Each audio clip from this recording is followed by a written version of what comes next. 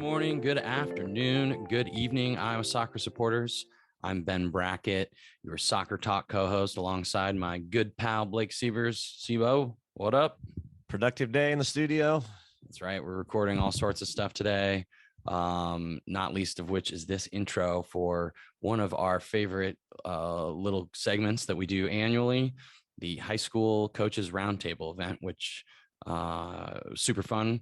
We had 6 participants on our first day, and we'd intended to keep it nice and tight in day 2, but there was such an overwhelming response. We ended up with 8, and we actually ended up having to turn a few people away, which was super sad. But sorry, Heath. Yeah, RIP to you guys. Sorry, Dylan. I guess the early bird gets the worm in this situation. So, who are some of the worms, Siebes? Yeah. So talk about our day 1 worms. There we go. So we had starting around the table, we had Ryan Sander, brand new coach, first year head coach, I should say, at his alma mater, Waukee Warriors. And then we have Carlos Acebey for the Waukee Northwest Wolves. There you go. Which is, I mean, maybe there's a bunch of wolves up there in that part of town. I don't know. That's the new high school, though. So interesting to have dynamic to have the two now rivals, but formerly associates, I guess, or teammates, right? Yeah. Then again, another alma mater coach, Marcus Varnum, the youngster of the group up at Ankeny. And that's kind of the trend. We have another Jacob Lucy, first year high school head coach in Iowa. He's been a high school head coach out in North Carolina, but back at his alma mater, the Southeast Polk Rams. And then we had a longtime friend of the pod, Brian Duax, up at Centennial in Ankeny. And then we had another longtime friend, Zach Jensen, down at Newton, which I'm glad he was able to come on because different perspective than the big quote large CIML quote powerhouses. Yeah, it was just really interesting to hear. Like, we went around the table and asked how many kids each program had in it, and just sort of a stark difference between some of the larger schools and then some of the smaller ones. So anyway, a really fun chat. We're going to talk about a wide variety of things, including giving each coach a little opportunity to talk about their programs and the season a little bit, but we also are going to touch on some of the more hot topics, right? So we've got the ranking system in there. We're going to talk a little bit. What was our other hot topic? Well, the transfer / open enrollment. That's right. Sub-state, but then it became sub-state scheduling or bracket release is maybe a better way. It became a hot topic that we did not know about. Yeah. So just a fun chat, and it'll give you some good perspective. So we'll enjoy this first chat roundtable with the guys, and then we'll see you at the break and reintroduce you for day 2. All right. Welcome everybody to the high school roundtable discussion for 2022.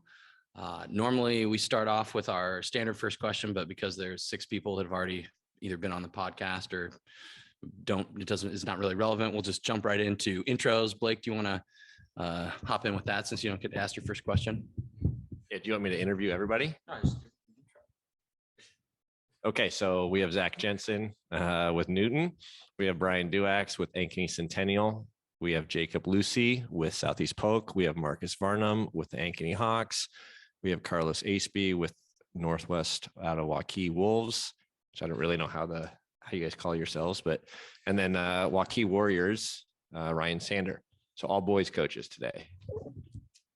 Very good. So we just thought we'd allow each of you guys just a few minutes to talk about your program. Just kind of give you a preview for the year. Who wants to go first? Marcus, young man. Oh yeah, sure. And make it brief because we'll just cut you off. Just run through it. Yep. Just don't give me too long. Yeah. So our program is excited to get going for sure. The boys are ready to go. I'm ready to go. We've got just about everyone returning. We've added some new players too. We've got some up and comers that are going to be pushing for some varsity time, some minutes. And I know that we're going to be hungry. Made it to the sub-state final last year. So that's the goal at the very least. And a young squad. Yep. Young, a little older this year, but last year I think was good with the experience that they got and the time that they got. So I think that now this year it'll be a touch different, where now it's not, hey, we're stepping on the field for the first time. The nerves, it's, hey, we've been here, we've done this, let's go. So Very good. We're looking forward to it. New boy, Mr. Lucy. Yeah. So obviously, going through a coaching change, it's always an adjustment for everyone, especially the boys. But coming off a second round sub-state loss last year that I think the boys thought was probably a little harsher than what they deserved. But yeah, so bringing in, 3 or 4 like big key returning seniors. Other than that, really, really young squad. We got, I think, 4 or 5 guys that we're kind of projecting that are sophomores or freshmen that should be pretty big contributors. So, but big goal this year is just kind of get through that transition, kind of refocus our identity, just get a little bit more intentional about how we're doing things out at Southeast Polk. And hopefully, like Mark said, hopefully we're finding ourselves in a sub-state final if we can pull off a couple big wins here. I think that's definitely reasonable to ask of the boys, at least to expect it, or at least for it to be a goal. So yeah, really excited to get going. The boys are chomping at the bit. So I think we all are at this point, but. Awesome. Yeah, it seems like that's probably a theme we're going to hear again. Duax, don't look at me like that, Duax. Carlos, do you want to go ahead and interestingly enough, this is you've been on before, but a new team that you're coaching now. Yes, first year program. So we'll see what we can bring to the table. Hopefully we can match up pretty well against most of the teams that we play. We have about 96 kids signed up. Quite honestly, I have no idea what the makeup of the varsity team will be. Could be a lot of young and older players. We're still trying to figure things out, actually. It's all Carlos. Always. I was gonna say, It's always gonna be. Rarely do we get a lot out of Carlos. I love it. He doesn't know. Like, hold on a minute. Yeah. Since we're not making these extended interviews, we'll let it slide, Carlos. Coach Duax, feel free to jump in. So Centennial is returning 7 or 8 starters from last year. It's a team that made it to the state quarterfinals. Relatively young team. I think we'll have 8 or 9 seniors, but then the rest will be freshmen, sophomores with a sprinkling of juniors. So returning a lot of guys, hopeful that things go a little bit better than they did last year and keep moving forward. Thanks, Brian. We're getting a lot of lame answers here. Sander, maybe like spice it up a little bit. New head coach of the Waukee Warriors. Yeah. Again, like Carlos said, expectations, we really don't know. I really don't know what we don't know. Okay, so I'm going to just ask this. How many players from Waukee, like what's the split? Right? Do you like how many guys do you keep and how many does Carlos get that were like a part of the program last year? They don't have to, I'm not like saying like who are your starters or anything like that. Just like in general, what's the split like?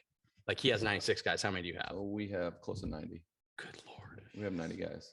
So yeah, I mean, it's a good thing you guys have 2 high schools. Yeah, it's crazy. Yeah, it's a lot to evaluate. Obviously, obviously the split from last year's varsity team is a little lopsided, but it's all right. So they stayed with you or they went north? I think they went north. Okay, fair enough. That's really all. That's all we're trying to get at. It's all good. On the north side, so all out Carlos here. Well, and then, so this is fun for you too, right? Like you're a Waukee guy. Yeah. So playing, coaching for your alma mater. That's pretty cool. Yeah, for sure. So we're looking good. So we'll figure it out. So thank you. Coach Jensen. Yeah, I wish I had 96 guys. We've got about 30 to 40 guys in our program.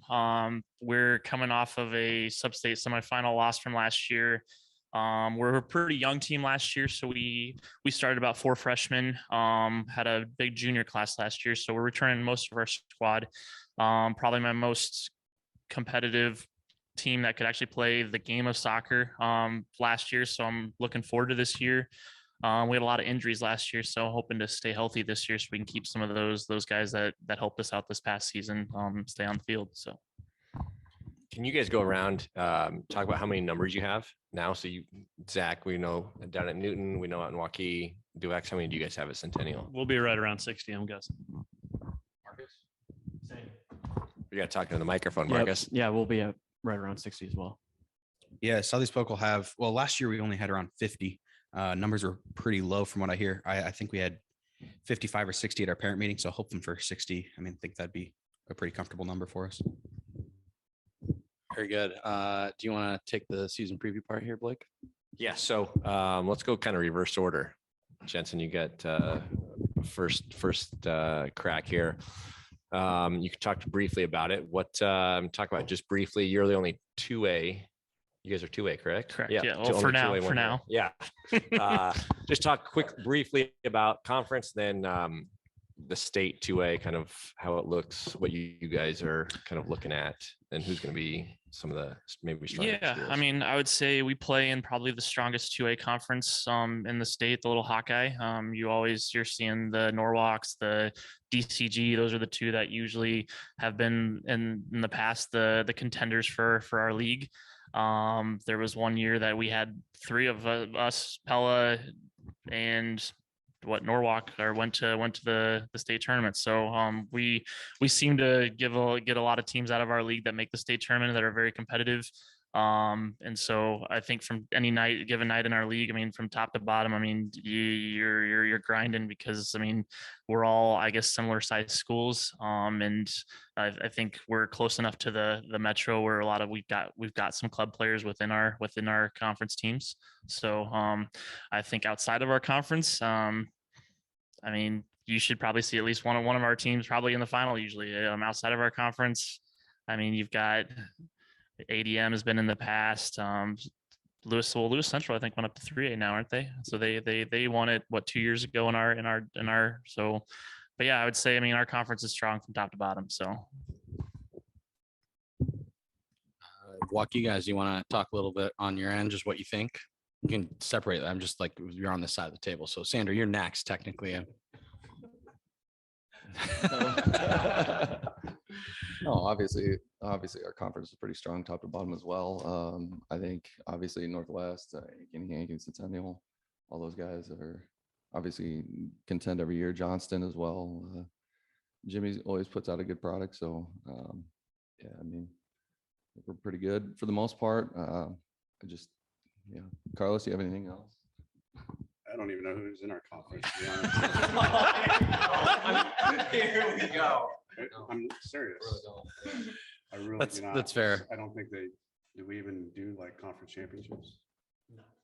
Yeah. What about the state though? Yeah. Sorry.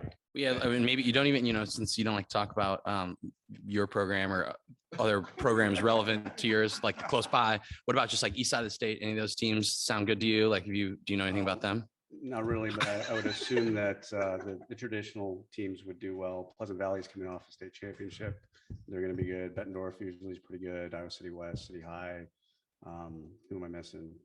One of them, Cedar Rapids, Kennedy, Wash, Prairie. And no thoughts on the Valley Tigers here locally?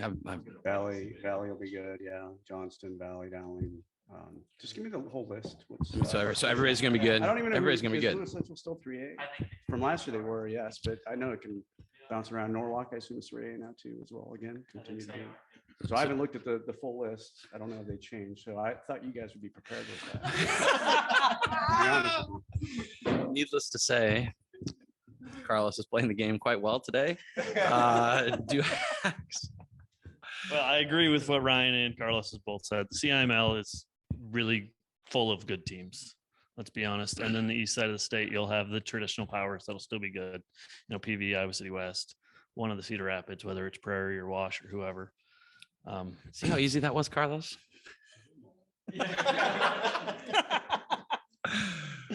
Fair enough. Marcus and Mr. Lucy, you guys have any ideas on like any other teams other than the traditional ones? Any teams that you saw last year that you're maybe excited about? Just curious to see if there's like, anything other than the traditional. Yeah, I'll keep it pretty boring. I think it's going to be pretty traditional. I think is Pleasant Valley going to be good again? Because like that was not a traditional winner of state. Way to speak in the microphone, Brian. You're welcome.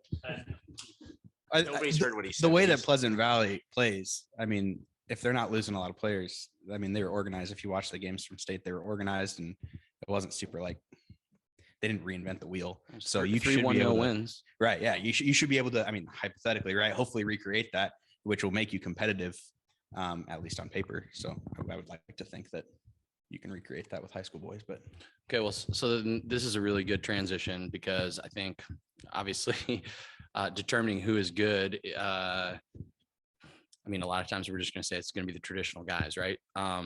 What about the new ranking system? What do you guys think about that? I think that's going to, personally, I think that's going to change the way, it probably doesn't change the way Carlos's conversation goes because he's still worried just about his own team and that's his deal, which I get.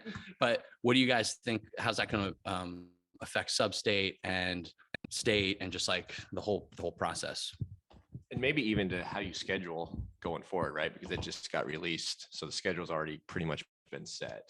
So how going forward as well next year and 2 years down So the road. Aziz can't hide behind a bunch of like easy wins now, right? He has to go out and get some. I'm a Valley Tiger. We used to go play the best team. We used to go play the best teams in the state though when I was there. So What are the new specifics of the new rules? I didn't want to admit that. So I think from what we know, jump in here, Ben, and you guys jump in depending on what you guys know. So there's no preseason rankings. So it's like there's no, it's not Valley ranked #1 every year. And well, so much as like we're asking for a season preview, like basically nothing matters until the first game. Correct. I mean, like that's the way I understand it. And it's very much after that results based. You get points for wins and you lose points for losses, and your wins are valued more against good competition. And if you lose to a bad team, that is not great. And the definition of good and bad are wins and losses, right? Correct. If you beat somebody that's undefeated, that counts way more than if you go and beat somebody that hasn't won a game. Then I'm all for that. No, I think it is good. It definitely can. You want to look at your schedule and you want to be, hey, we're playing tough teams and you're kind of ironing out things. You don't want to just play teams that you think you'll find 3 points behind or success behind. So that does change things up a little bit, but I think you still have to find that balance. As a coach, I think that you want to find success from your team and make sure that you're peaking at the right time, getting that momentum at the right time, but also testing yourself too. So schools would schedule wins so they could get the sub-state #1 seed, right? And that was kind of what we heard. Whether that's true or not, I mean, I think it's fair to say it was, and it used to be. So yeah, that's why it changes a little bit. So, I mean, Jake, I think go ahead. like I'm probably in a little different space than most of the guys sitting at this table. For teams like Southeast Polk, like us, it's obviously fantastic because we have to play some of the teams that are sitting at this table every year, and it's a freaking buzzsaw. So for us, like we've already had the conversation, even with our boys who they walk onto the field and they see a big W on their chest and they're like, oh, holy smokes, let's get out of this. Let's hope we can hit a free kick and score and hold on to a 1-0 victory. And then they end up losing 3-4-1 because the quality is so high. So for teams that, maybe traditionally are not necessarily the top, especially in the tougher leagues, which, let's call a spade. It's a tough league. It's going to be awesome for us because our boys feel like it doesn't feel like we're getting hurt every time we lose. It doesn't feel like, oh gosh, now we're going to have to go play, Waukee round 1 in sub-state and get thrashed, So I think for us, we've already had conversations within our staff about how, I guess, empowering it is just to feel like the games you're playing aren't necessarily going to kill you if you lose. And so you can go play those better teams, prepare yourself for the sub-state rather than, going and playing, and no disrespect to the smaller teams, the less skilled teams, but going and just beating up on teams because they don't have enough players to even fill the team, Jump in there, somebody else. Carlos, will you please give us an opinion? In the end, we need to move the decision of sub-state pairings later into the season. I don't think that's happening. So we're still going to have possibly some controversy as far as which teams will make it into certain. When does that sub-states. happen, right? I generally don't know. I think it's first week of May. It's like first week in May, and then from there you have a week after that where whoever's in that pool of teams they'll do the matchups. So they put everybody in their assignment, which is a week too early, and then they determine the assignments after that. But that's based on those 6 teams that are in there. That's great. Like Ben just is like, Todd Tharp, get on that. Like there's no reason you guys, I mean, everybody knows when sub-states are, right? It's the same. We've got the schedules out already. Sub-state 1, whether it's a bye or not, like you don't need to know exactly who you play even until the week before, in my opinion. Because you're driving 20 minutes in one direction no matter what, or 30 minutes, right? I mean, Duax, go ahead. In my Give us your opinion, I think thoughts. they need to take a little piece of the girls' union's script and not worry about geography and not give Sioux City West a sub-state with one CIML team or somebody who's not deserving of it. It shouldn't matter geographically where we have to travel. It should be trying to get the 8 best teams at the state tournament should be the goal. I would agree. If you want the best teams there, you've got to, if it's all in the CIML, it's all in the CIML, right? You want the best competition, the best games and things like that. That's what state's all about, right? That's what every other tournament's about. So Look at girls hoops right now. right. Absolutely. I would agree. mic drop from Brian Duax. There's a quick plug for our YouTube channel. Yeah. So are you guys in favor of this new ranking system? I mean, I know nobody knows about it. Nobody's experienced it. Is it a plus, minus? What are your guys' thoughts? Give us something other than coach speak. For us being in 2A, I guess it's a little different because being at Newton the last 6 years, we always tried to schedule 3A schools, right? Because you get more points for those wins. And we wanted to play those schools. We wanted to play some better competition.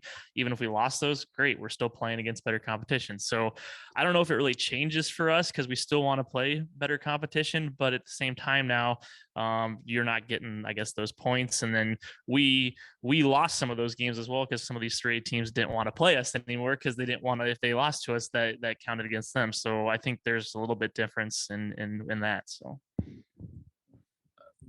Pass it down to Lucy, will you? And I would also just like to see from the 4 larger schools, we'll just call it what it is, right? The larger schools tend to have more players and tend to have better results overall. I would think I think you could do an analysis that would say more students equal more wins. Now, the question is, are those guys in favor? Just thumbs up or thumbs down? And Carlos is abstaining, of course. No. Okay, so I just think it's interesting that even the teams that are like considered to be traditional powers are also in favor. While Jake was like definitely in favor of it, you're definitely in favor of it. But then also teams that are traditionally winning programs are also in favor. I think that's positive. And I was just going to say, we actually, so I'm coming from North Carolina where everything is RPI based. So it's not exactly the same as the system that's going to be used here, but it's very similar. And so we were in 3A in North Carolina last year, actually this past fall, and we got to see it kind of in action. Now it's a little bit bigger geographical area in terms of the travel. But we were able to, we did like what Zach was talking about, like we played 3 or 4 teams that were 4A powerhouses. And we got walloped, but it didn't hurt us in the ranking systems. And I don't know exactly how the ELO system or whatever they call it works in terms of that, but I can tell you, at least from an RPI standpoint, like we were able to get a much higher seed than our counterparts, even within our conference that were 20-2. You could play 23 games in a regular season there, and 20-2, 20-3. And we're coming in at 500 and getting a higher seed because we played tougher competition. So I think the ultimate goal, like what Marcus was saying, is giving our guys a chance to compete against better opposition earlier, rather than having that feeling like you have to play for wins, especially as the lower level team. So I think it works in other places. I don't know why it can't work here, especially with the geography. Like, yes, it might be inconvenient for Iowans, but let's be real about it. It's not that long of a drive, no matter where you're going, at least, especially from the schools from the central part of the state. Good. Anybody else got any thoughts there? Go ahead, Marcus. Yeah, I'll just add that the kind of like what Lucy's saying is the geography is nothing crazy, nothing that we haven't been through as players, coaches in the past. And even at the beginning of the season, we're going to travel over to Iowa City. And that's because we want to play those kinds of teams, right? So you want to face those different kinds of opposition. It's not because of really anything else. It's like, we know that these are going to be good teams. We want to test ourselves early. So let's go and do this. And we're not necessarily too worried about the travel. So I don't think that geography should really come into play when we're thinking about setting those standings and those sub-state brackets. But then lastly, it's the I kind of lost my train of thought there, but I don't think that when we are setting those, we should not be afraid of the geography there. And it's not just the CIML being cocky, I don't think, is kind of where I was going. It's not because we're only staying in the CIML and playing each other, and then we're saying that we're the best. At the end of the day, if we do go and get thrashed by the eastern side of the state, then hey, I'll tuck my tail and say, all right, you guys were better than us, and admit that. But I don't think that geography should be an excuse anymore. Athletic directors might feel differently about that, though. Touche. Okay, so we love segues, which this is not a segue at all. However, people ask us frequently, like, "Hey, give us the questions beforehand. What are the topics?" Which actually none of you guys, I don't think, did, which we appreciate. So one thing, the elephant in the soccer community, from what we hear, are transfers. Kids are now going all over the place to different schools strictly to play soccer, which is completely different than we did when we were growing up. So, I mean, Duax, I'll throw you out there. You got some, like, at least there's one kid that's good, I think, that transfers. Like, give us your guys' thoughts on this new, is it a trend? Is it the norm? Give us your thoughts. Well, first they opened up enrollment, right? I mean, that was the first thing that happened. And then people started taking advantage of that, right? But talk about it. So I can speak to it. I have one kid who is a new player for me this year from Roosevelt, but we are the only school in the state of Iowa that you can't open enroll to. Rashidi actually moved. He physically moved his family to Ankeny. So yes, the transfer portal for high school is massive right now. And there's a pretty massive exodus from Des Moines public schools to the suburbs. You're the only school that doesn't allow transfers? Correct. And why is that? Ankeny School Board, we love you. Well, I think it also is like, it's bigger. Like, there's wrestlers that wrestling community has done it. There's been issues there. Football players, obviously, with COVID. So yes. Does anybody else? Marcus, you pointed at Marcus. Ankeny can get transfers. Centennial cannot. Is there a waiting period for you guys too, though? Nobody. It's just not allowed. That period. question was, is there a waiting period from Coach Sander? Go ahead, Right now, Carlos. it's just not allowed. So I believe if you transfer without moving, it's a 90-day wait. I believe. If you move, you're automatically eligible immediately. You don't have different school boards, though, do you? Same school board. 7 out of the 9 members are South. I'm still really confused as how that works, but we'll just move on. Me too. What has this affected you at all at Southeast Polk, Coach Lucy? Since I've been there, not yet. I think you see it in the other sports probably more. Obviously, Southeast Polk has a tradition of wrestling success, and football. And yes, recently football has now kind of taken that next step to be in perennial title contenders. So you do see it happening. I should say, I'm sure you see it happening. I'm just getting back in the community, so I haven't seen it, and so I'm not going to throw anyone under the bus and say that it's happening. I think there's definitely a fear of it. And the players definitely know that it's an option, because I've heard it already just in open gyms. I hear kids talking about, oh, you hear so-and-so's going to so-and-so, someone's going to go play for so-and-so. So we know it's happening, and it's like kind of one of the worst kept secrets. And it's not even a secret at this point. So there's some realities that probably the state is going to have to make decisions sooner rather than later. I mean, don't get me wrong. It'd be wonderful if we had 20 dudes that wanted to transfer in and make our numbers 70 or 80 instead of 60 or 50 or 60. But, we want it to be done the right way too. We're not here to try and poach players. I'm not going to show up to an Ankeny game and tell some bench player, hey, why don't you come, get minutes for me instead. Zach, do you guys from rural kind of smaller schools, do you guys see it? And then let's throw it over to the two guys over there. There's got to be some interesting discussions within Waukee. Surprisingly, all 6 years I've been at Newton, we've had at least one transfer come in that's helped us, either a guy that started for us. And yeah, it was surprising to me, because you wouldn't think that being at a smaller school that we'd be getting transfers and that are good soccer players. And our 2018 state team that went to state, we had a transfer that pretty much led 2A in goals. So From a bigger place or a smaller place? Well, from Bondurant. So a growing Comparable community. place. Yeah. Cool. Because I think we have just heard at least in a couple situations of kids where, like, let's say I'll just use this as an example. It's a different sport, but we'll just use it. They're in Waukee and played football. And they're like, there's no way I'm going to play for the football team in Waukee. And they moved their family to Adel just so the kid could have the opportunity to, like, be a high school athlete and, like, be in the middle of it. So I just was wondering if you guys see that, and maybe you guys will mention that you've seen that too, where kids go away. But from my standpoint, we haven't seen really that nature, but we've just seen I guess I would call them just random transfers. I guess that you get surprised that they show up and you're, oh, I didn't know this was going to happen. So, but haven't seen that. Good problem. So, yeah, exactly. I'm curious, like, because you guys have split the Waukee guys. I mean, at the end of the day, it's a small community. Like, if I was a senior, I played with all of my buddies, and say I'm either on the northwest or the opposite side, and I just you could easily drive, right? You have a car, you have a license. Have you guys seen any of that are the quote open enrollment or whatever you want to call it, even though you're not inside the district, but you want to play with all your buddies?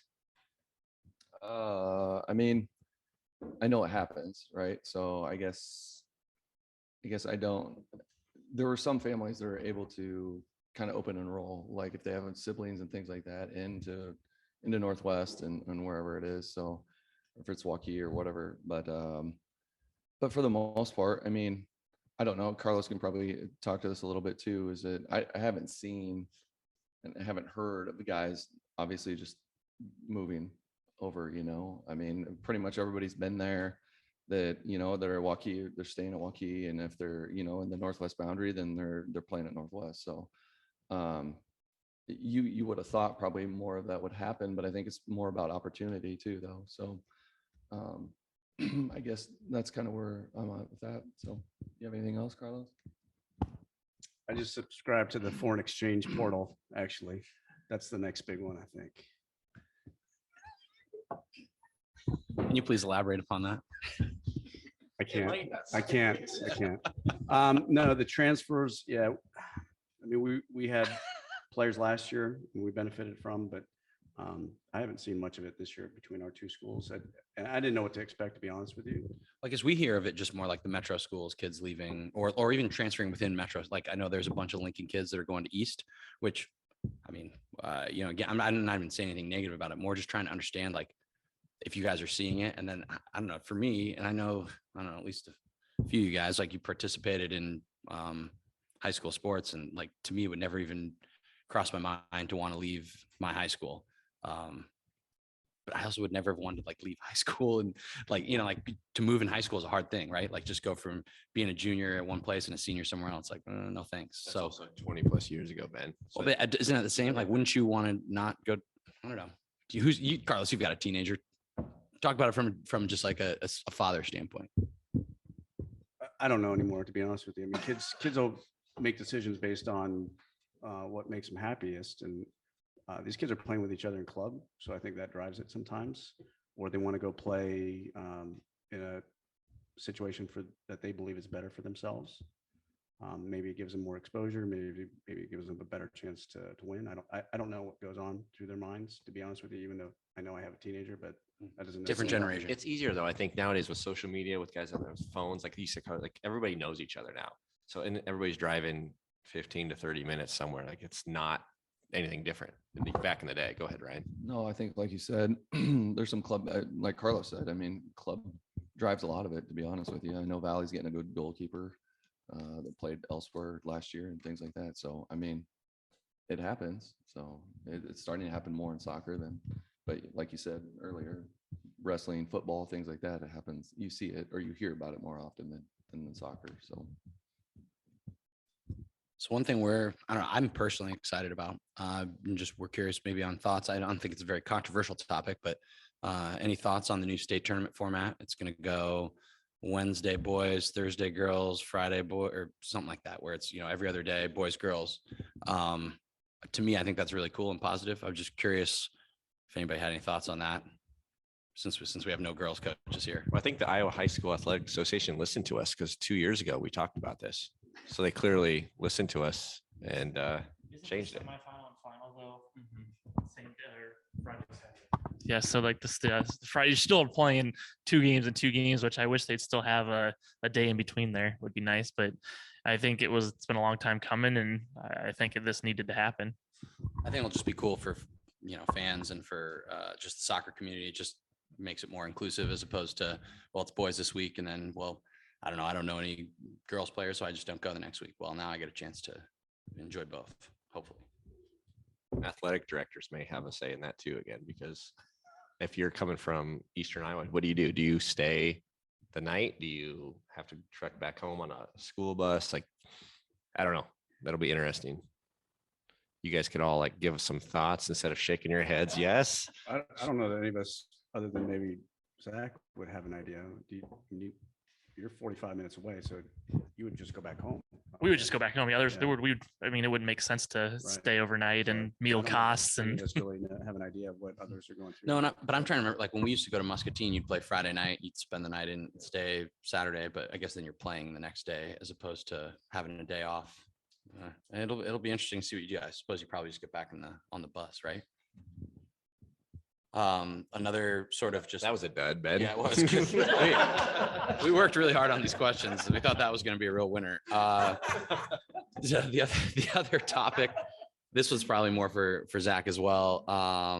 But the division splits, maybe no, it doesn't affect Southeast Polk. What do you think about the division splits and just like that's a thing that people are talking about? It sounded like there was a vote at a certain point to like, do you expand it? Do you not Are you expand talking it? about going to 4 classes? Correct. Yeah, I've seen the split, and I go back and forth on it because we would probably be a 3A school, and if you look at some of the divisions, we'd be in with Urbandale and some of the Cedar Rapids smaller schools, and we'd be on the lower end of it, but we'd be playing some of those bigger schools. So we're gonna be playing better competition, but it's also going to be tougher. So yeah, I'll go back and forth on it. I'm against it. Then I'm like, okay, that'd be cool. But yeah, I think it's going to be interesting. I think it probably needs to happen though. You see all these 1A schools. There's so many of these schools that are adding soccer. So 1A's got, I don't even know how many schools they have now in 1A, but I think it's a ridiculous amount. So I don't know how many dads there. I know there's at least 2 dads. Sander, you dad? You got a dad, and Seavers' dad. No. So to me, this, because I was trying to figure out what's the argument for like why do we need to have more classes? And somebody was like, well, it gives like more kids an opportunity to play and have impactful seasons. Like maybe now there's more kids that are going to state tournament and participating in sub-state, getting awards, all that kind of stuff. So as a parent, this is the question. Like, does that even resonate with you, or are you just like, whatever? Yeah, Marcus, what do you think? There's a YouTube plug right there. So if you want to know what we're laughing about, check us out on YouTube. It doesn't with me. Yeah, absolutely not.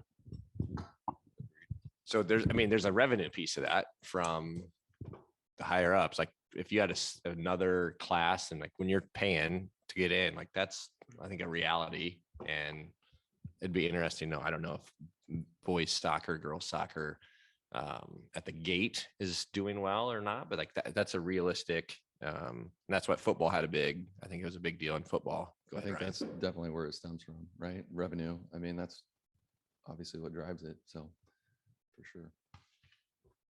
All right. We talked briefly about sub-state pairing / put it later. A couple of years ago, we talked about some other issues with high school soccer to make it better as far as like the clock counting down and up and whatnot. What if you guys had one thing to kind of fix or change in the Iowa boys high school soccer landscape? What would it be? Go on, Duax. I love it. The Thank yellow you. card penalty box.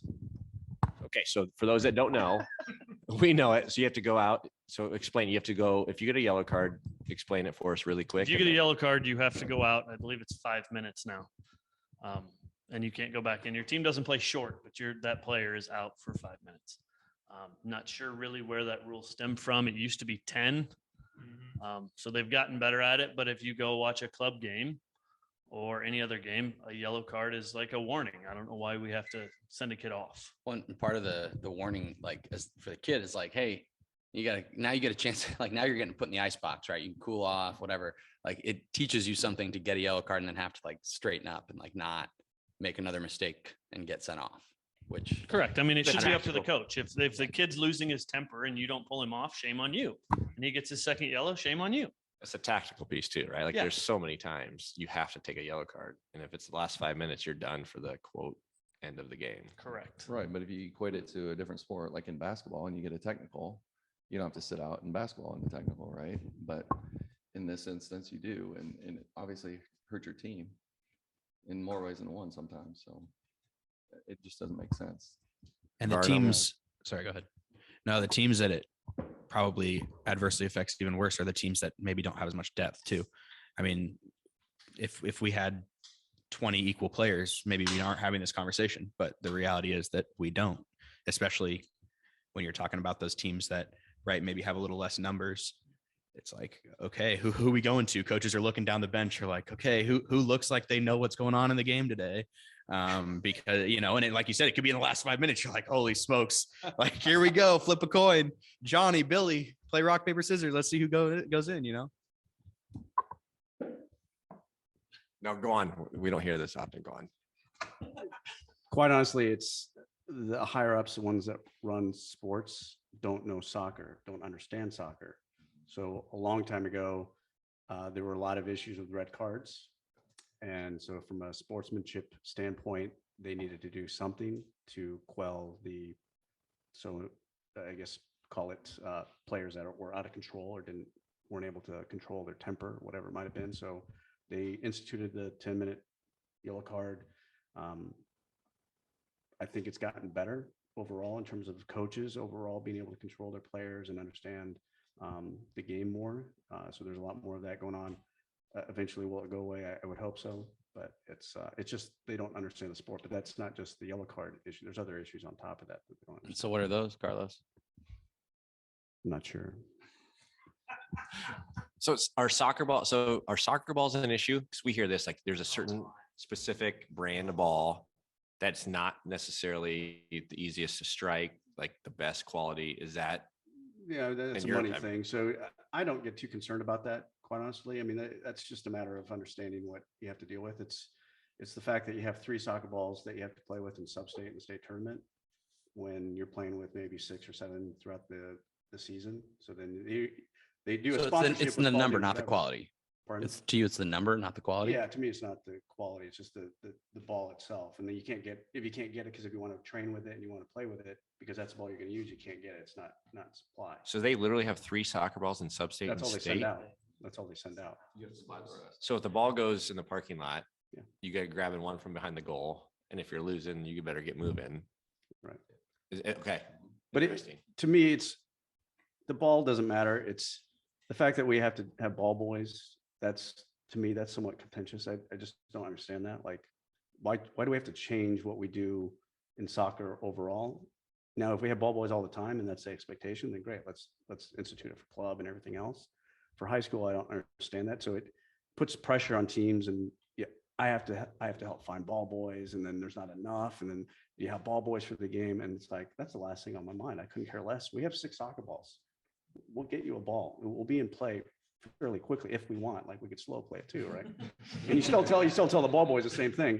Hey, slow it down. It's okay for us. We need it. And you have like 1,000 guys on the sideline anyway, so somebody's going to go get the ball. And bring it You're back, somewhat right? encased because most of us play in the stadium, so it's nothing. Varnum, what are your thoughts? You've been quiet lately, but you're like the youngest guy as well. So you were the most recent Iowa high school soccer player. Now you're the coach. So I guess I'm a little pickier there. The thing that I hate is the ball is sent out to us the week before sub-state or a couple days, and then it's fresh and it's sticky and it gets stuck on the player's feet, and you train with it as much as you can to kind of beat it up a little bit, but yet it's still, it's just not the same. And that transition is kind of weird. So at Ankeny, we actually bought Spalding balls to try to alleviate that issue, where now we're going to beat those balls up a little bit, but it's not like, I don't know, maybe we'll still have to use the same ones that were given to us. I don't know if they're going to be picky about that, but we tried to buy those Spalding T5000 balls so that we would, yeah. And kudos to Simon there. He was the brains behind that. So, but and then you transition to the grass field up for state. And it just kind of throws some players, I think, but there's me being a little pickier, I guess. I don't know. But yeah, there's my 2 cents. Also, I would like a Nike ball, honestly. I think that if we went to Nike, then that's just going to be. Well, Spalding, I mean, that's shocking. Spalding is know kind of Spalding shocking. was so Spalding's in kind of out of business. left field. I don't know. I mean, I get that they have contracts there, and so they're going to use Spalding gear, but also Spalding doesn't have anything to do with soccer. I mean, that's the Balls. exactly, and that's fine. yeah. Say we play with the ball. So, Spalding so has a outside of long heritage in sports, though. You're not aware of that, are you? do your research, Blake. So other than yellow cards and the balls, I definitely heard a little shout for like the pairings of sub-state could be postponed for a week or so. I think that would be important. What other thoughts we got? I would like to go to. I was always raised by English coaches when I grew up. By the purist of the game is go to your win, losses, and ties. So ties. And I hate going into PK shootouts after. I just hate it. So. Well, I mean, at a certain point, like, why are you even playing overtime? You guys you play 2 and 3 games a week. I mean, you've got a lot of players, but a tie is also like an important part to the game because it gives you an opportunity to steal points if you need points. Yeah, exactly. So I don't know. What, any other thoughts on that one? I think that's a really good one. Yeah. I think it's an easy change. And yeah, you're playing extra time too. That's, I think, my senior year at Johnston. I think we went to 8 double overtime penalty shootout games, and it was ridiculous playing 120 minutes a night and then going to a PK shootout and then playing a day later. And yeah, I think things like that need to change too. So It's a bit of a tactical piece too, right? We just watched Chelsea lose to Liverpool in a penalty kick shootout. It's like, are you guys I'm sure you are. You're spending time practicing penalties, and now you're going to have Absolutely to have your goalkeepers practice penalties. I hope. Shout out Keppa. I think we still would be doing that anyway. I mean, you're still going to devote some time to it because inevitably you get to a situation where you do have to win a game potentially in penalties. Anything down there on your end? Sander, anything for you that you'd like to see different? It's my favorite part now, Ben. Next. All right, we'll open it up. Okay. We got to get rid of the coach speak from all you guys. Give us like a real prediction on your team and the spring season. And it can't be, we're going to try hard and see where it takes us. Are we going to absolve Carlos from this question? Carlos, you should go first. The mic's in front of him too. We're going to start March 14th and we'll play through April and May and hopefully get into June. Spot on. No, I have high hopes for the Ankeny boys this year. One thing that I definitely want us to try to do is have the mentality of just confidence. With the growth that these guys had the past year, I think that they can properly step onto the field and have that little bit of confidence for sure. So that's one thing. Going to control the things that we can control. Results are going to go one way, the other.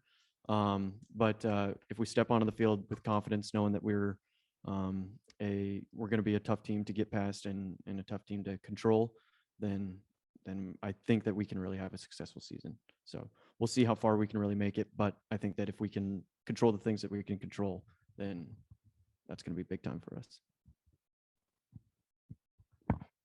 You want non-coach speak? Is that Yeah. I'll try my best. I think realistically, when we look at our schedule, the way that it was built, the schedule our staff inherited this year,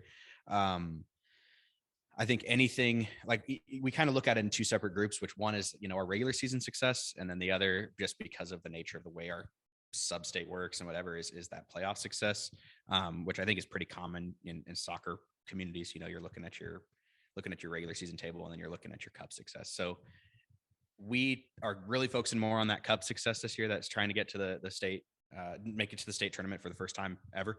And so I think for us, like I said earlier, I think if we would define our season as a success if we can be in the sub-state final and, hopefully be better than 5-0 like we were 2nd round last year. I think that would be like a pretty big success for this group coming off, you've still got seniors that didn't have a high school season 2 years ago.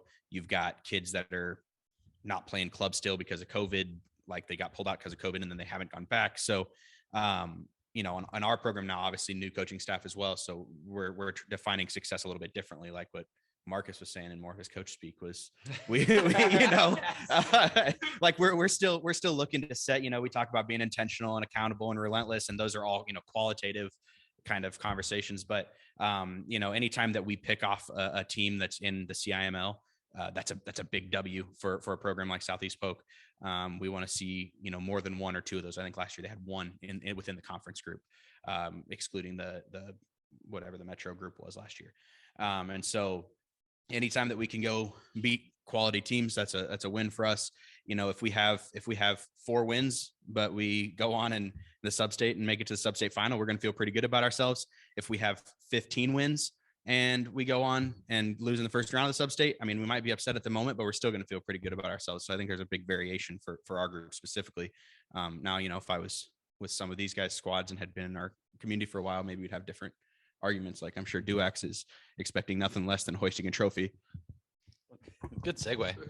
I mean, that's always the goal, Lucy. You were on the staff. That's always the goal. I think Centennial has the potential to be pretty good this year. It's all going to be based around our senior leadership. If they do their job, I think we'll be pretty good. If they don't, I think we'll be okay. Fair. Yeah, I have pretty high hopes for our guys. This team that we have this year, I've got the most club players I've ever had. And we've never really had club players, to tell you the truth. So we've got 2 or 3 guys that play club, that are going to college to play as well. So the most committed group that I've ever had. So I've got high hopes from them. We've never won the conference since I've been the coach here. So that's always been a goal of ours. But yeah, high hopes for our guys, and hopefully we can get a couple upsets on the way. Love it. Sander, you're not skipping out. Darn it. No, I mean, I don't know. We don't know what we don't know, right? I mean, we've got a bunch of guys that obviously we've got close to 90 guys that are out to prove something. I think last year some of those guys didn't get jerseys on the varsity squad and didn't get a lot of minutes and things like that. And so, I mean, it's what it is. They're out to prove, you know, some people wrong or just what it is. So nothing against what we had. I mean, the problem is obviously with being a Waukee before we split is you have 30 quality guys, right? I mean, and more than that really. So a lot of these other programs would like to have some of our guys that get 5 to 10 minutes and things like that. And so it's just, it's unfortunate, but now they get to kind of rise up and prove themselves to myself and, you know, to everybody else, what kind of players we have and things like that. So I'm looking forward to it. I know the guys are obviously looking forward to it as well. And I don't know, I'm hoping that it all turns out well. And obviously we have a game versus Northwest. I was waiting for the derby. So yeah. When is that? So April 25th.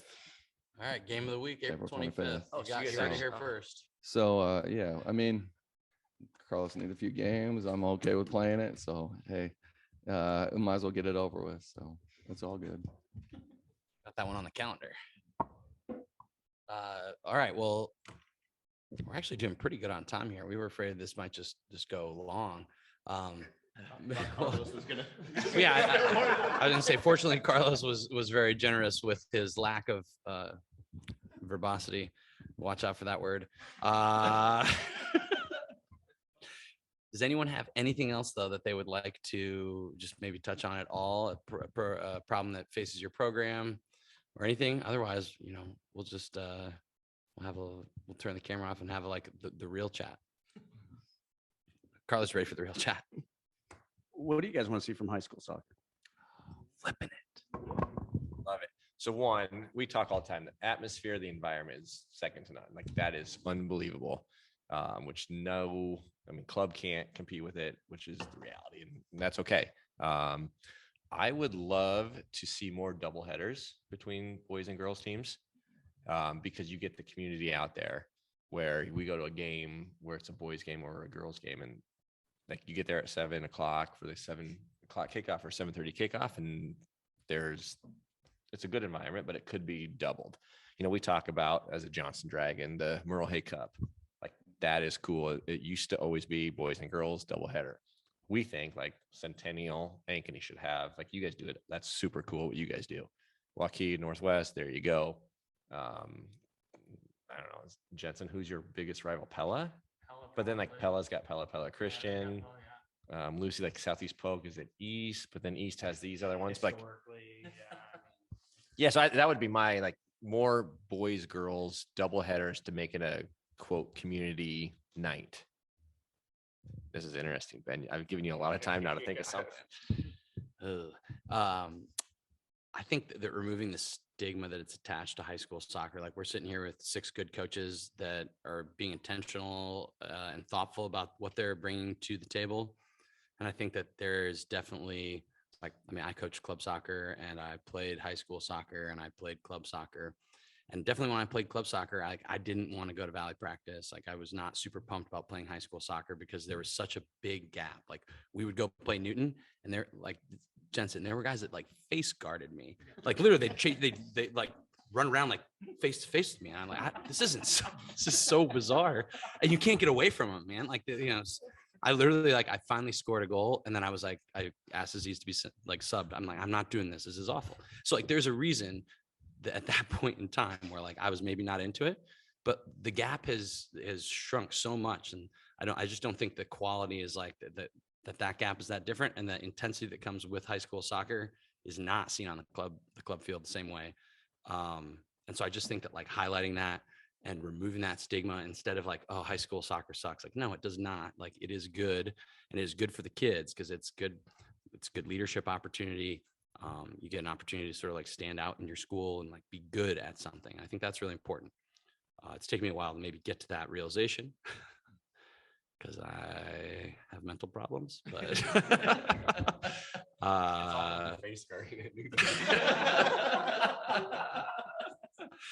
but I just think, and so I mean, honestly, I think that's part of why we're doing what we're doing is because we just want to highlight what you guys are all doing great work, and I think that high school soccer's come a long way. And at a certain point, like we're not going to be talking about the football state tournament and the wrestling state tournament. Like people are going to be going to the soccer state tournament, and that's going to be the ticket. So that's just my thought.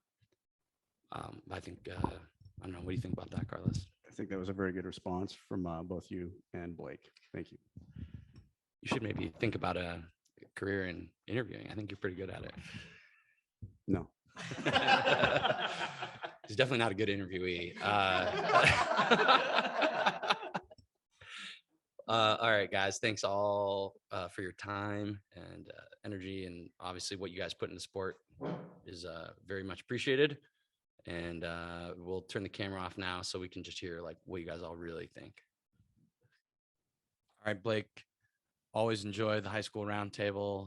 It's really funny. It's especially like as soon as we turn the camera off and the mics off, everybody wants to like stay and chat. And it was just, we kind of joked afterwards. It was just kind of funny how much everybody loves hanging out with each other. And it's actually, I think it's really nice because it's these, coaches that all have the same goal in mind, but are doing it the different ways. And I think there's really some camaraderie in that, and they enjoy getting together and talking about it.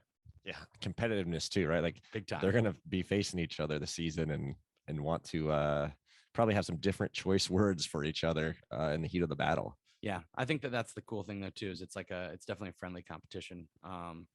So we enjoyed that for sure. And as we mentioned, we had such an overwhelming response from coaches, and we didn't give them a whole lot of heads up or time to say they were available. So we're really happy that we had such a great turnout. Blake, do you want to talk about our second group of what we call them worms, I guess, right? There we go. Yeah. So kind of continue the trend of quote first year coaches. So we have James Brook, who is the Waukee Warriors girls head coach, joining us, and then legend himself, Roll Drags alma mater, going again, and that's again the trend. Where's next to we have Jimmy Frizzell at the Johnson Dragons, and then another buddy of ours, Jackson Teeling at his alma mater at Dowling. And then we have the Mustang from DCG, Colin Lane. He's the boys coach over there. Then we go south again, kind of a smaller school representation. Eric Burkenholtz at Carlisle. And then we have Matt Ream in the DMPS system with the Roosevelt Rough Riders. We have Mike Bukite going again down south, smaller school. He's the girls coach at Pella Christian. And then we have the tandem of The dynamic duo. yeah, Brandon Cook, Matt Cox up at Bondurant Farrar. They made some noise last year in the state tournament. The Blue Jays. That's right. So a great lineup. I think I don't want to say like a diverse lineup, but I mean, I guess that's the way to say it, because you've got schools from all over the metro and outside the metro as well. We've got some girls programs and some boys programs in there, and a little bit of, at least with Colin Lane squad out there at DCG, a little representation from and down in Pella as well, I guess, from 2A. Is Pella Christian 1A? Throw Carlisle in there too. Yeah, exactly. I mean, Yeah, Bondurant's yeah. Okay. all over the place, yeah. literally all over. Yeah, so it's awesome. Small, big, boys, girls. Yeah, awesome. So hopefully we'll get some good insight on this discussion as well. Please enjoy. Okay. All right, everybody, welcome to round 2 of the 2022 high school roundtable conversation. Thank you guys all for joining us this evening. We're excited to have you in what has become a little bit of a tradition for us. So normally we would ask our stupid first question, but we won't do that tonight because we'll just hear a bunch of no's, other than the guys that have done this before. No offense. So Blake's going to introduce everybody. No, he's walking away. Oh, he's going to. Okay. So I'll introduce everybody while Blake goes to. That's how I can figure it out. I know how to. Okay. You want to give it to me? All right. This is a good plug, everyone, for our YouTube channel. Blake is being really awkward. Oh, wait, all right. Sorry. All right. Yep. We're good to go now, Ben. So here's what we've got. Coaches tonight. We have Jackson Teeling, Dowling boys coach. We've got Brandon Cook and Matt Cox over at Bondurant Farrar on the boys side. James Brook, the Waukee girls coach. Colin Lane, DCG boys. Matt Ream, representing the Des Moines Public Schools with Roosevelt boys. We have our friend Frizz Danger, Jimmy Frizzell, Johnston boys, and Eric Burkenholtz, right? Pronounce right, with the Carlisle boys. So Jackson, did it get decided you're the youngest? Was that the deal? So why don't you just give us a quick preview of your group? If you get too long talking, we're just going to cut you off and move on. So give us a quick rundown of what you guys think you're going to be like this spring. Awesome. Yeah. Thanks for having me, first of all. So we're kind of coming into year 2 as a new staff at Dowling after the COVID year. So looking forward to sort of getting our feet under us after year 1. I think just kind of providing some context back last year when we inherited the program, we didn't really know what the expectations were going to be for that season. I think for us as coaches and the players we had that year and the goals we set out, we certainly exceeded expectations. So we were happy about that. But I think the goal this year is to kind of build on that. My kind of vision for the program is to get Dowling back to consistently competing for state tournament berths and hopefully state titles. Because that was kind of what I was used to during my playing days there and before me and a little bit after me. The program hasn't been back to state since 2013. So that's the ultimate goal. But as far as the team this year, we're turning 13 out of 22 varsity guys. So lost 9 seniors, about 6.5 starters. So definitely a big gap to fill. But we're excited about what we have coming back. We're certainly gonna be young, but really excited about the talent we have in the program, the soccer IQ amongst the entire team. So expectations are a bit higher this year. We're looking forward to competing. Pass the mic.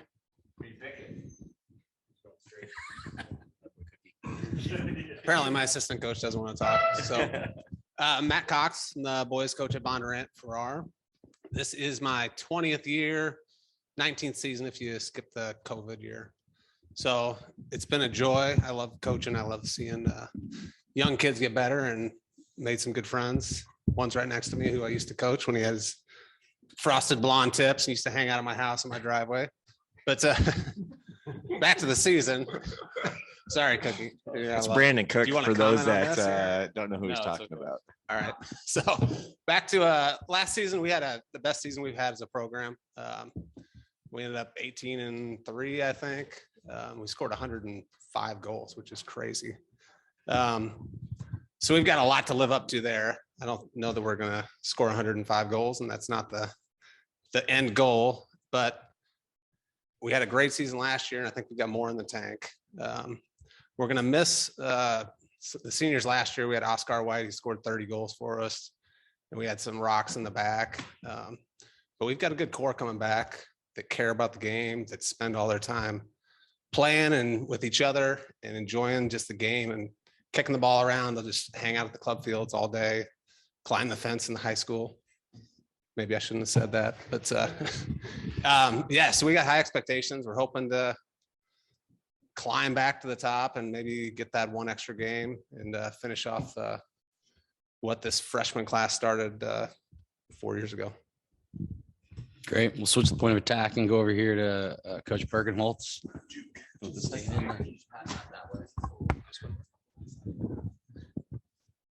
Following up who we're chasing in the Raccoon River. So my name is Eric Burkenholtz, the head coach, Carlisle High School. This will be my 5th year of the season.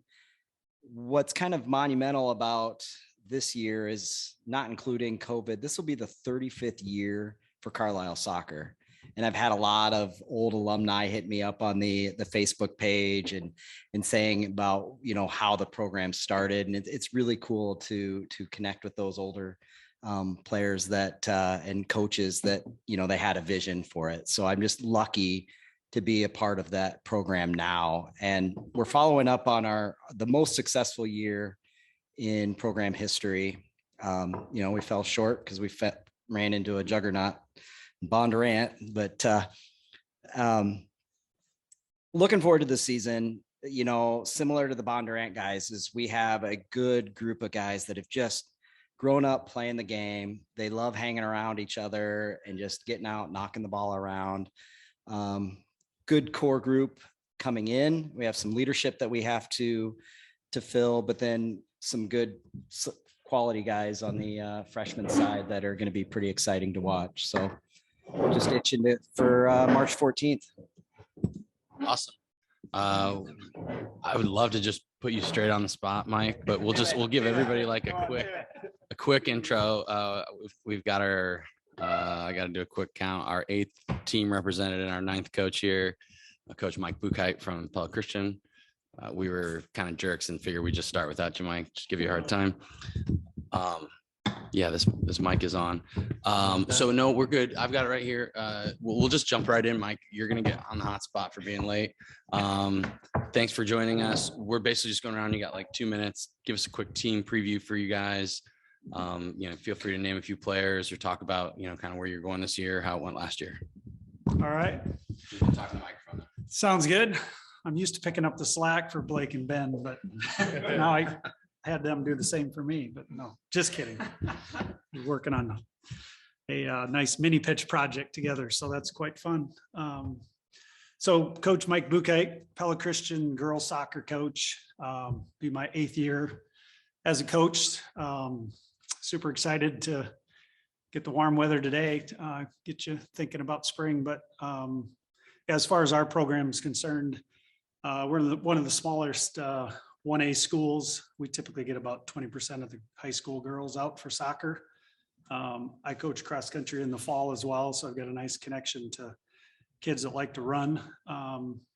So 4th year coach in cross country. So we're about 25% of the boys and girls in the high school are doing cross country as well. So just trying to build a good culture. And this year's team, last year we were about a 500 team. We play in a little Hawkeye conference, so we get a chance to see where our weaknesses are, playing bigger schools, a lot of 2A schools, and Indianola as a 3A school. But that's all right. This year's team will have about 25 girls out, and looking forward to the season. I got one particular girl that Jocelyn Terpstra is a midfielder for me. She's a contributor on played with the Iowa Rush, played on some state cup teams, went to some of the regional activities and was one of their leading scorers. So she's she's a key player for us. We've got some really good freshman kids coming in, and then my goalkeeper Lydia Zylstra was first team all conference in a little Hawkeye, which says a lot when you're got a keeper that's doing as good or better than DCG, Pella High, Norwalk, Indianola's goalkeepers as well. So looking forward to the season. Also looking forward to the fact that Gilbert moved up to 2A. Right on. Let's do a little juxtaposition, but keep it in the girls' game. James, do you want to jump in and go large school on us with the Waukee Warriors ladies? Is this working? Is it good? It works. Yeah, you're good. Yeah, so I'm James Brooke. It's my first year on the program. Last year I coached JV1 boys with Carlos, and then an opportunity arose. Walked through the door, took it, and head varsity coach for the girls. Super excited. It's rebuilding, and with any rebuild comes an opportunity for players to step up and show their own mark. Obviously the divide between the two schools. A lot of the girls have moved over to Northwest. They've got something like 80 something girls playing. At the start, when I took over the program, the number of girls that signed up was like 24 girls. And now we've got 54 girls signed up. So it's rebuilding. It's not forgetting about the girls that have never played before. Football, being English, is a grassroots movement. It's about allowing everyone the chance to play. Regardless of their abilities. Social and emotional well-being is at the forefront of what I'm trying to do with the kids, providing with some leadership opportunities as well on and off the field. But yeah, we're super excited. A lot of freshmen, 11 girls will probably make varsity and they'll be freshmen. Giving them that opportunity, early doors is essential if you're going to grow the program. And we're just excited. I'm excited to see what the girls can bring to the table. I did a little bit of stats and worked out that if you take the year and divide it as a percentage, I think contact time, I get about 24% of time with the girls, which isn't very long, as you all know in this building. So just super excited to see what the girls can do in that amount of time and develop their schema and knowledge of the game and hopefully profit from that experience, but just making sure they have fun. That's our big goal, making sure they have fun on and off the field. And if they have fun, winning will take care of itself. So super excited. Got some goals. Would love to get to state. I'm ambitious. I want to win, but also at the same time, you've got to be supporting the girls on and off the field and making sure that they believe in themselves and their teammates too. So that's me. Right on. Jimmy Frizzell, you want to jump in there? And James, you can pass that one across to Colin. Yeah, you're good. Go ahead, Jimbo. Okay. All right, cool. Jimmy Frizzell. Coach Frizzell. Is that right? Sorry, I called you Jimbo. Yeah, you did. I heard that. Right. Jimmy Frizzell, Johnston. Really, we are kind of what we're kind of coined as an exceptional scenario for us. We return a lot of letter winners from a team that had a pretty successful run last year, right? So how'd you guys do? I forget. We won the state quarterfinal match, and then I kind of blurred out the rest of that. Yeah. No, we ended up losing 1-0 to Pleasant Valley in the state semifinals, and they went on to win it all. Yeah, right. You're not alone.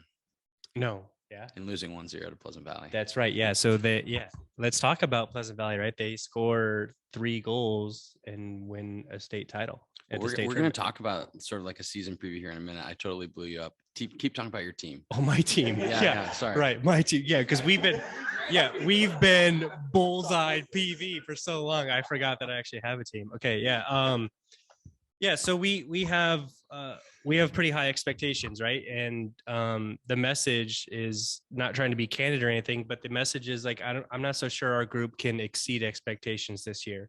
I really think we can meet them, or we can fall short. We returned 20 letter winners from a very successful team, and we just got high expectations. And so we're going to set the bar as high as we can. And if we come up short, that's fine. One thing you got to realize is in Class 3A, there are 48 teams that should come up short of their goals, right? Or 47, excuse me. But here's the deal. Good math. We feel like we have a pretty good group. And we also like the fact that there are 2 Waukees now, right? So we're just really excited about our group, and we're healthy and we're all back. And honestly, the one thing I can kind of take away from as long as I've done this is you can't really put a price on experience.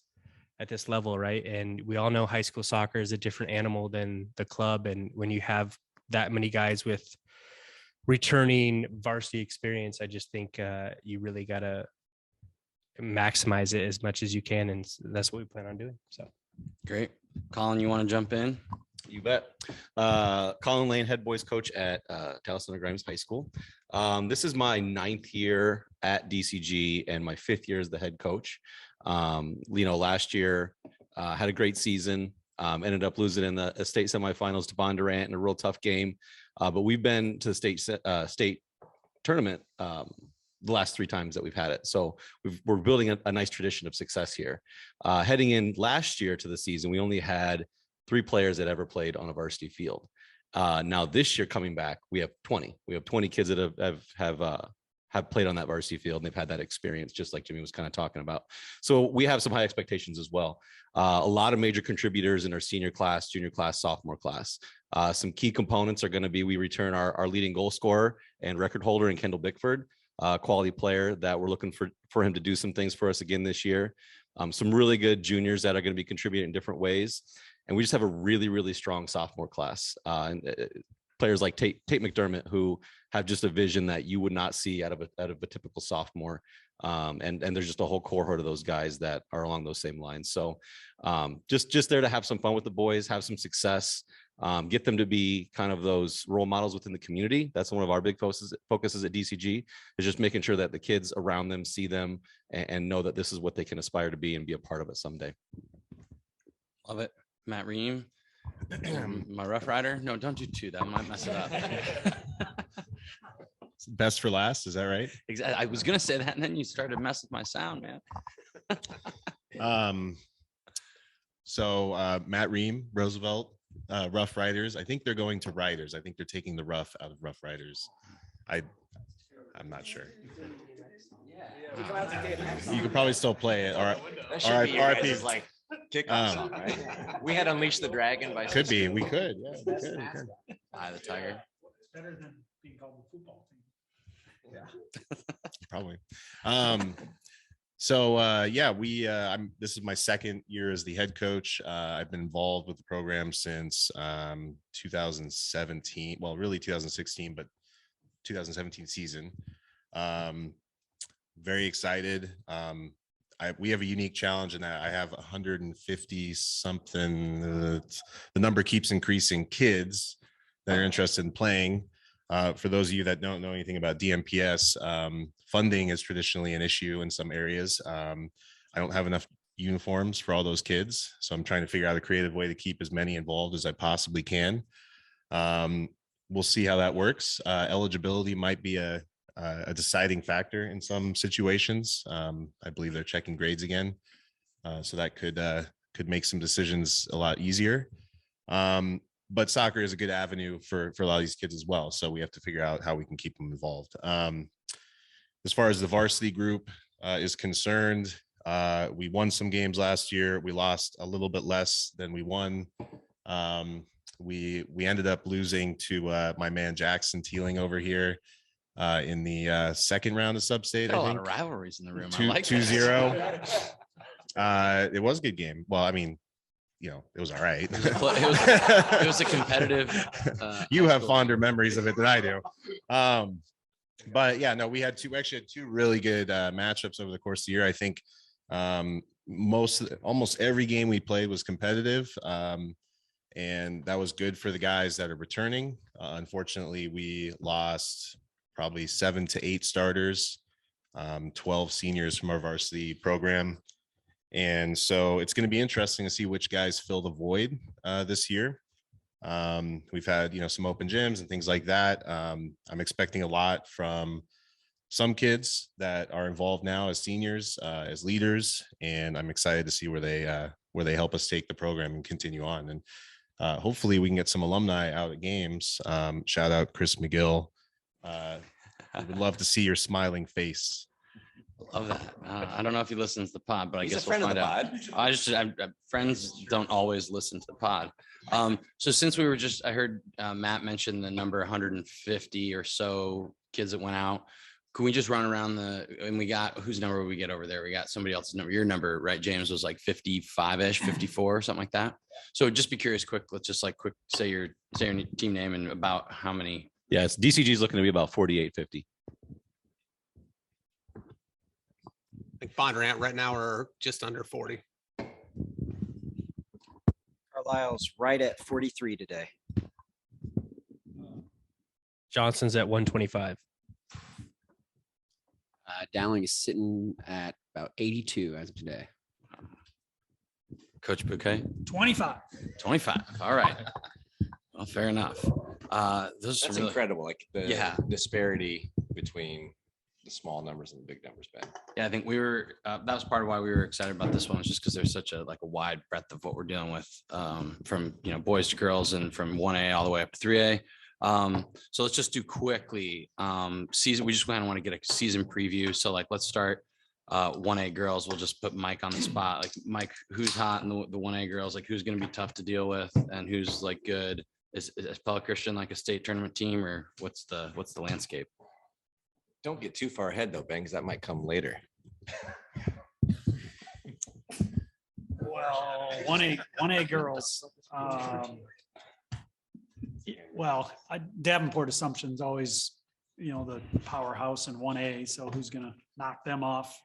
Nevada girls are consistently in the state tournament. So just trying to contend with those two are probably the two big dogs in 1A every year. And they've got the returners to go with it again this year, as I was looking at rosters and what they got back. But I'd love to see PC in the mix. The girls program's never been to the state soccer tournament. So we'd love to put ourselves in the mix, and we got better numbers. Last year was a down year numbers wise, coming off of a COVID year. Just some of a third of the kids that we have come out never play.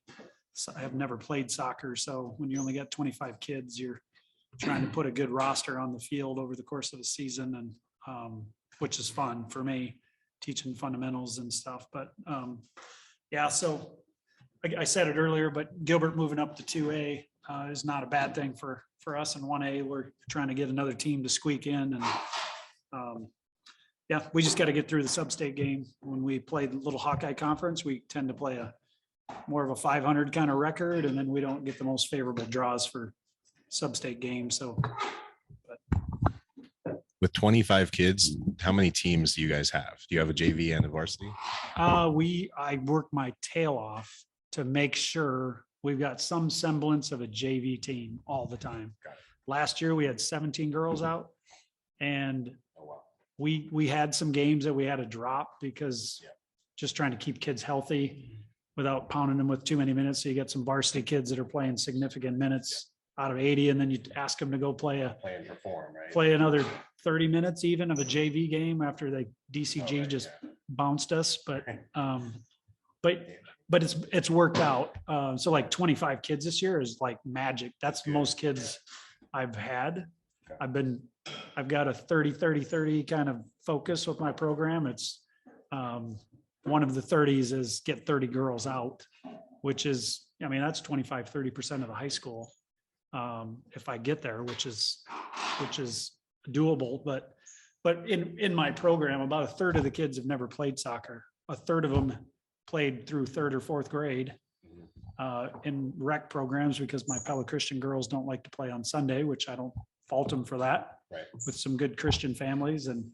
But a third of them are kids that have played in clubs through the Iowa Rush South program. And so it's fun piecing it together. But this year, I think we'll be able to play a full 30-minute half, 2 halves of soccer, which is pretty cool for development.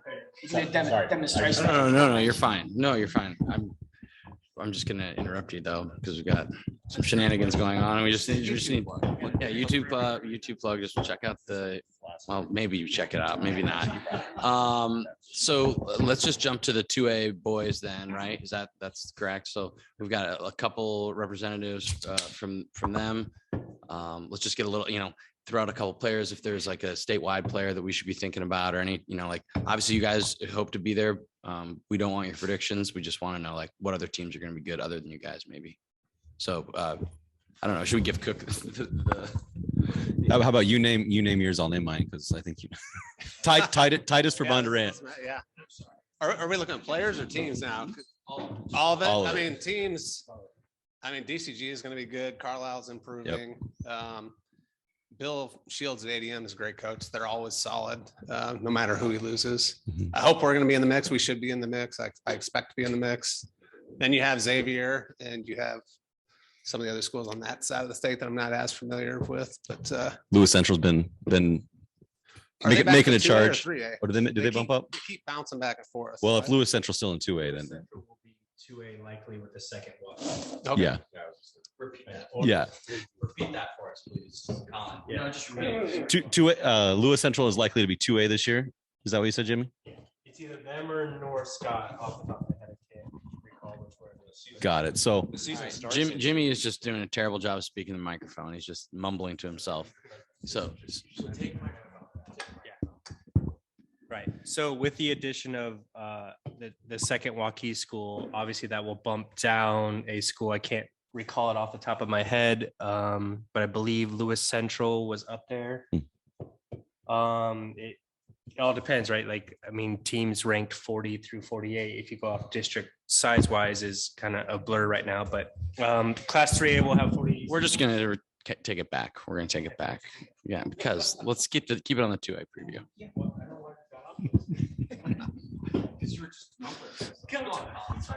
no, I mean, I think Lewis Central's always up there. Storm Lake's been getting to the state tournament for the last several years. They're just, Bondurant, DCG have been represented the last couple of years. Nevada seems to have a solid program that continually develops some players. And those are just kind of here in central Iowa. Like you said, as we get further east and west, it's a little trickier for us to keep tabs on, but they're always popping up and there's always some scores that we're watching and teams that we're keeping an eye on. Yeah. Carlisle, what do you guys think? I think you guys have too much coach speak. These two are the two teams to beat.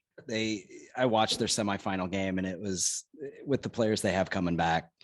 Those are the two teams to beat in 2A. Easy. Bondurant and DCG. All right. I like the sound of that. I'm sure Colin does too. Do it again. Cox, give your mic to Teeling. Ream, give your thoughts, because I mean, I'm going to say it as a Dragon alum, like Johnston's going to be with Pleasant Valley, to me, the top two, but what are you guys' thoughts? And then we can let Jimmy put in insight. Corroborate. Johnston's going to win the state tournament. There's the lose. No, in all honesty, they'll definitely compete for it. And there's a lot of teams in 3A that should be fairly good. And I would also count Dowling in and among those. I'd like to see you guys play again in the sub-state. That'd be fun. I would Could not watch like to see get that. fun little red card and then clearance 47 miles into the parking lot from your man Strickler. We'll come back to some of this conversation about sort of the sub-state and where people meet each other. So I think Northwest will be good. Waukee Northwest. I wouldn't know it if you listened to Carlos the other night. He loves his cards to be incredibly close to his chest. No, I mean, they pretty much took every single player that was good in Waukee. Took is the wrong word, but the way that they've designed the district out there, a lot of the really, really key players for Waukee in the past are going to Northwest, other than one or two guys. You heard it here first, because you didn't hear it in round one of the high school podcast. I like Ankeny Centennial as well. Brian Duax is he's a good coach. He does a good job. And then Johnston. All right, Jackson, what are your thoughts? Go on. Ream's just gonna name every 3A school at the sum rates. I'll echo a lot what Matt just said. I think Johnston certainly has a target on their back. You guys are returning a lot of firepower. I definitely don't want to see them again in the sub-state final, but I think Valley's going to reload like they always do. They got a ton of kids. Centennial, Duax will be good. And then, Northwest I got a couple kids in my program that play club with all those Northwest kids. And from my understanding, the majority of them are at Northwest. So I reckon they'll be pretty good. And then as far as the east side of the state, honestly, I don't know. I'm assuming City West will be there. Pleasant Valley. I don't know what they're returning. Prairie, but and then in the Metro, I heard East is supposed to be a bit loaded. So that's what I was going to mention after my mic was passed for me. But East has gotten a couple transfers. We'll come back to in high school transfers. side. We'll come back You to can come back to transfers. that, but No, we are. We're East going has to. had some very good Don't take players this off transfer into topic. their program. So, and they were already good last year. So I think they'll be interesting for sure. I do want to mention. I hope that Norwalk comes back a little bit in 2A this year. And that's my old. I say they're up to 3A. No, they dropped down. Yeah. Okay. Well, never mind in that comment. I hope they have a good year in 3A then. Good luck, Coach Dustin. Crawley. Good luck, Yeah. Dustin. Matt, you want to pass that down to James, please? We'll just talk about the 3A girls real quick. James, I know this is a little bit of a new one for you, right? But give us just like just your overview. Who do you think is going to be tough to beat, and who do you think? Us. Yeah. Okay. Anybody else? Us. If I don't believe in my team, they won't believe in themselves. So there you go. I'm like, here's the deal. I don't worry about what other teams do. Yeah, Ankeny, Centennial, Dowling, Valley, whatever. Like, to me, every game is like an FA Cup. Like Middlesbrough today beat Tottenham. It's about how you set your team up. It's how organized you can be in the time that you have. Yeah, there's talent out there, of course, but you know, for me, I just focus on what we can do and focus on our program and how we can make that better, and try not to get distracted by what other teams are doing. I think that's really important for the vision of the program. Yeah, there's, of course, like I watched the final last year, and yeah, Valley obviously did a great job. But football's a weird game. Anything can happen at any moment. You know, I believe in my team. I believe in what they can do. But yeah, I think, if I'm honest, I don't know too much about the other teams. You know, being a fresh new coach, I'll learn more as the season goes on. But yeah, I think, you know, looking at it, you know, the Ankenys and obviously the Valleys are obviously going to be there. I'm interested to see what Southeast Polk can do as well. But I'm just excited to play every team, and I'm excited to see what we can do and worry about us as much as we can and not worry about the others. We got a secret insight here, the 2A girls. Eric, give us some insight. A little bit of a secret, I guess, but if anybody knows or follows girls athletics, should know that Carlisle has a couple of the most outstanding girls players in the state. Ainslie, Irzen, and Matty Watts are phenomenal players. Both headed D1, I believe. Ainslie is, you know, dual sport with track and soccer down in Arkansas. I've known these girls, and I've been coaching in the club, you know, since these girls were 6 years old, and I've seen them develop. They're going to be tough. If they can figure out some of the supporting cast, they're going to be a tough team. I don't want to put a target on Coach Sadler's back, because I've known him since we played in college, but they're a solid group of girls. North Polk is going to be one that's who knocked them off in the sub-state finals last year. Will be a tough team. ADM is always a thorn in their side, so it'll be an interesting race in the Raccoon River. I have to give a plug to my cousin over in Newton. She coaches the girls team there. They'll be ready to play. A lot of talent that's been developing, and I think it's the Rush group that a lot of players, they've gotten some club experience that Newton never really had before. I think they're down at Rush South, so that's been a good thing for their program. So it's a little bit of this secret insight, I guess, that I have. But no, that's great. Thank you. I think that covers almost everything other than the 1A boys. So Matt had to bring up the transfer portal. We're going to try and push it till later.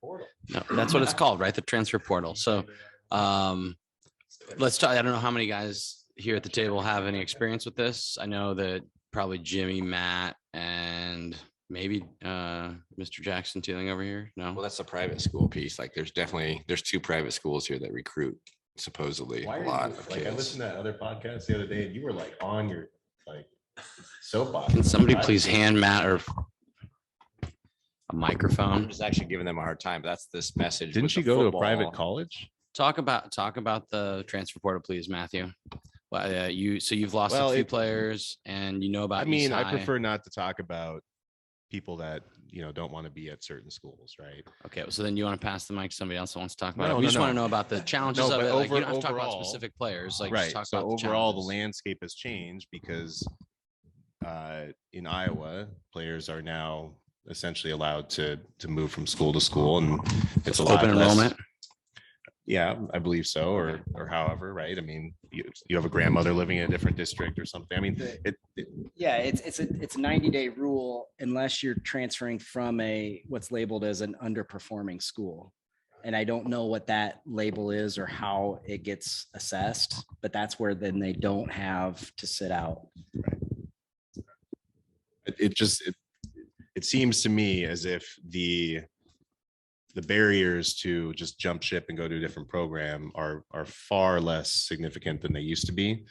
And kids are not entirely the most thoughtful human beings. And what I mean by that is sometimes people make impulsive decisions when they're young and they don't think things through, or they go, well, I didn't play this year. Well, there's next year. But next year, when the grass looks greener at a different school, is always different, right? And so a lot of different, like, for example, I'll use Lincoln, right, with kick it forward, legend Joe Stephanarath. They lost a couple of really good players, right, who just went to big suburban schools. And I think one went to a smaller, supposedly, as well. Oh, okay.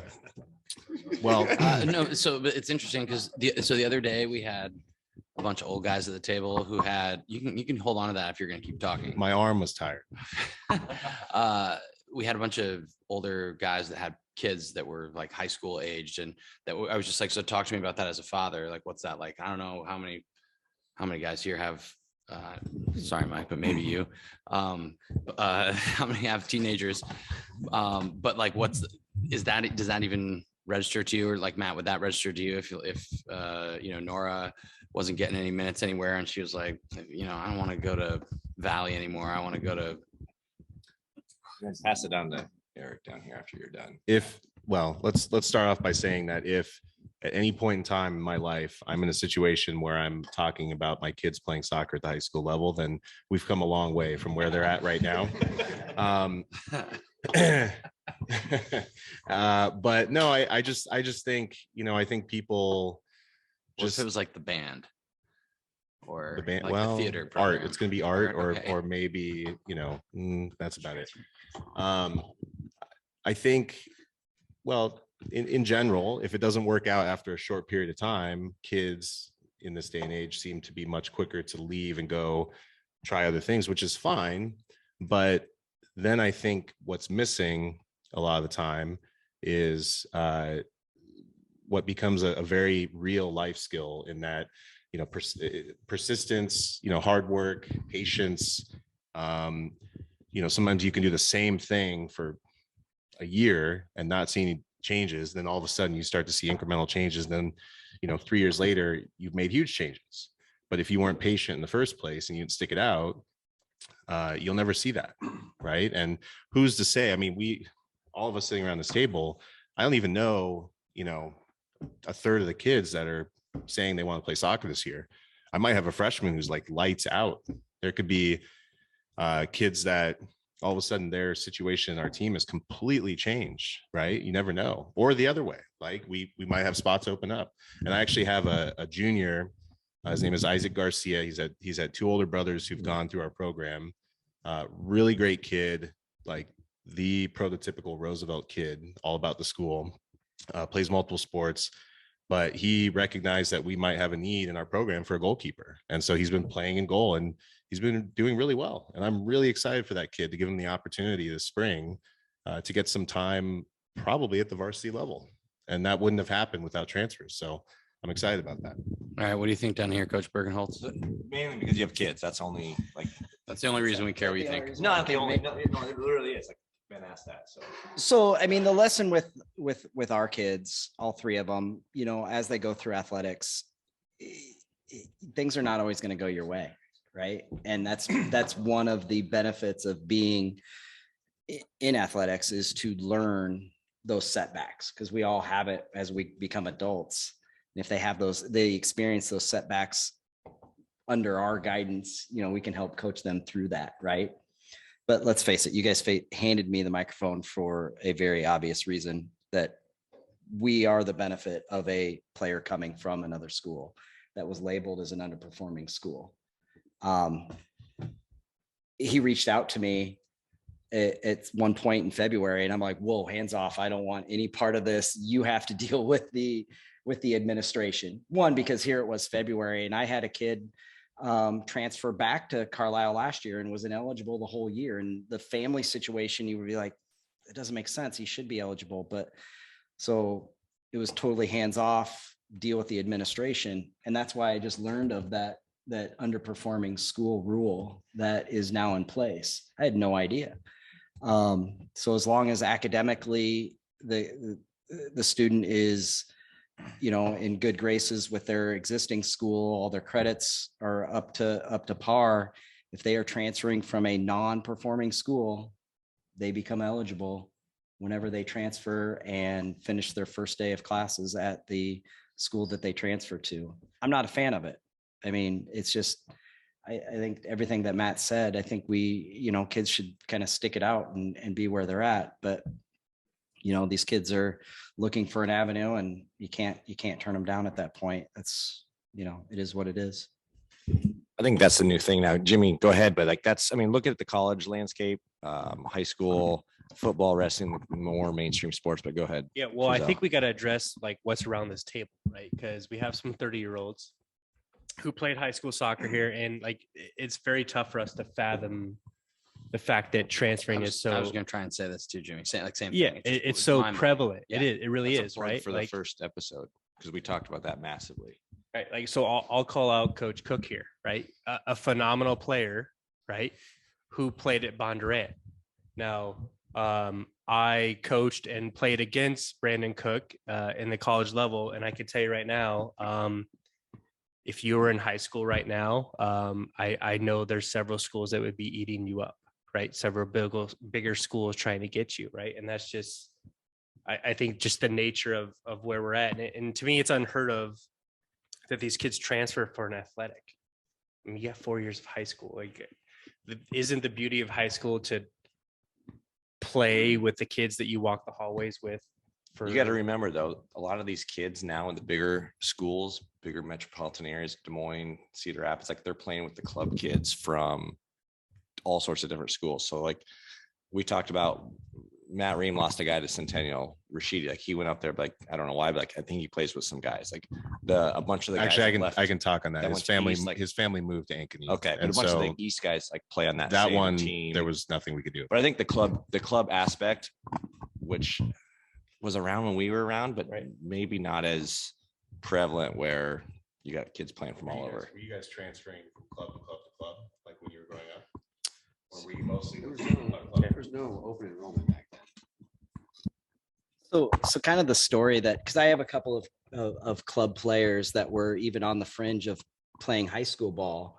And the message that I gave to them, or the analogy that I drew, is think of it of, professional soccer, where your club is, you're playing for, Manchester United or Liverpool. And then your high school is your national team. That's the equivalent. It's a different beast. It's a different game. And it's something special. There's a place for both. And that's where I kind of got through to some of those players that were on the verge of not playing high school. And I think it's just different. All right. Well, there's really no good answer, I don't think, but there's no question that it's an issue on some level. And it probably has a little bit to do with the generational gap and a little bit to do with the rules. Speaking of rules, and maybe, Jim, you're probably gonna have to pick up the microphone again, but we just want to talk about the new ranking system on the boys' side. Sorry, girls coaches, but this will be something, at least just, it's an interesting topic, and I don't, it's something that, it's not super, if Matt likes to talk a lot when he doesn't have a microphone. his hand. But so he was saying that it's not very controversial. It doesn't seem controversial. It's not controversial, but Frizzell, give us a laydown, really a quick, brief laydown, what it used to be, what it is in like 2-minute synopsis, really quick. Correct. That was the point. All right. Well, what it used to be was a committee of voting members who every week submit their votes based on a criteria to a said ranking. There's words on paper. Okay. So, to a said chairperson who is the only person that sees the votes and then submits them, the rankings each week, right?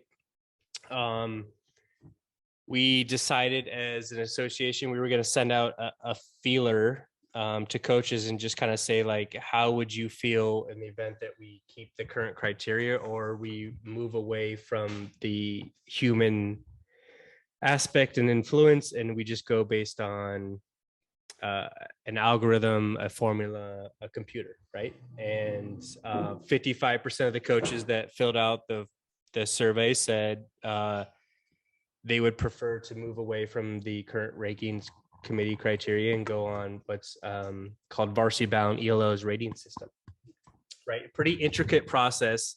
The best thing about the system is you don't need to waste your time doing the math. Okay, it does it for you. The only thing you truly need to focus on is your team's performance and getting results. Now, I know in the game of soccer, there's some gray room when you reference like overtime results and or PK shootouts, right? And there's room for that to eventually become implemented. But in the grand scheme of things, the majority of the people submitted that they wanted to change and kind of remove the human influence. So that's what we're doing this year. We're going off what was called varsity bound. Now it's just called the bound, right? Or bound. And we're using their ELO rating system and we're going to copy and paste every week. Sounds super hip. It is hip. It is. It's modern. So the other day we had mostly 3A coaches in the room talking about this, and even like the little schools and the big schools all like resoundingly were like, yeah, this makes sense.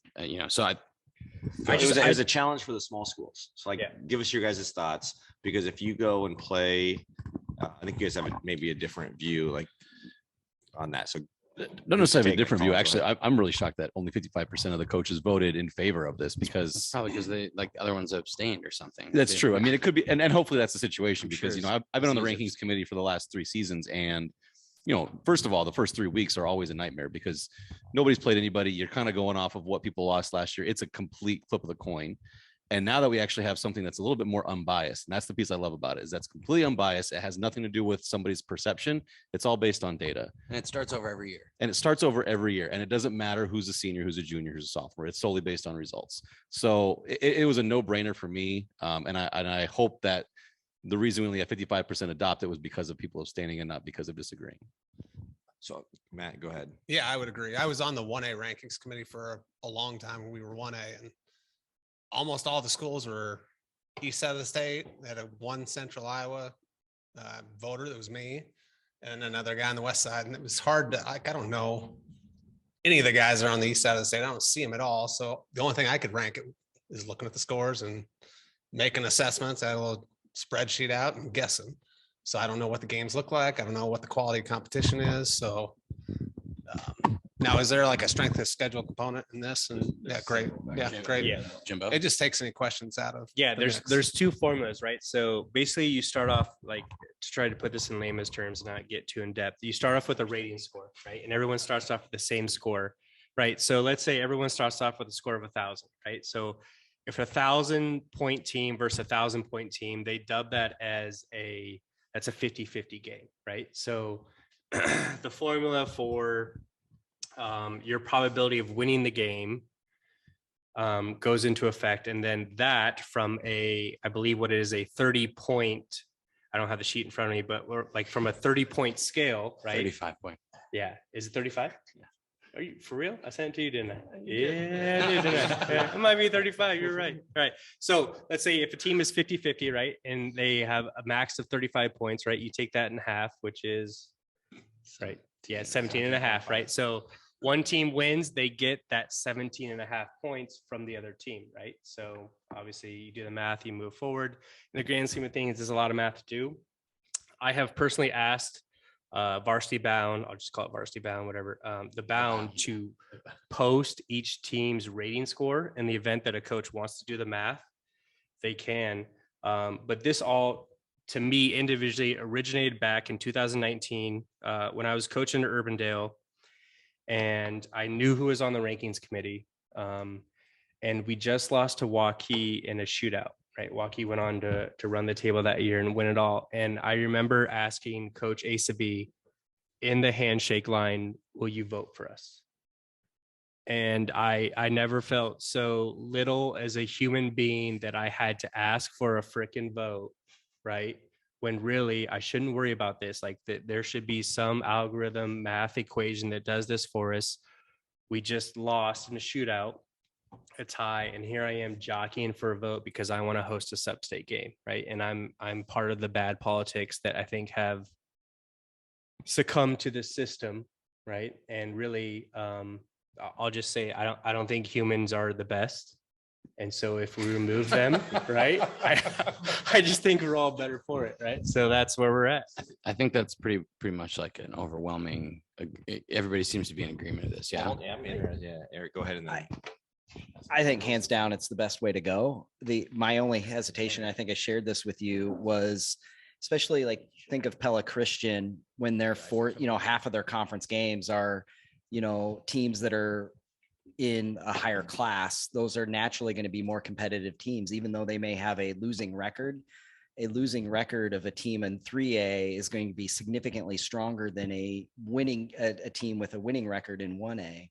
So I think that's the only area where there's going to be, maybe some hurt feelings. But other than that, I think it's the way to go. Well, I think so.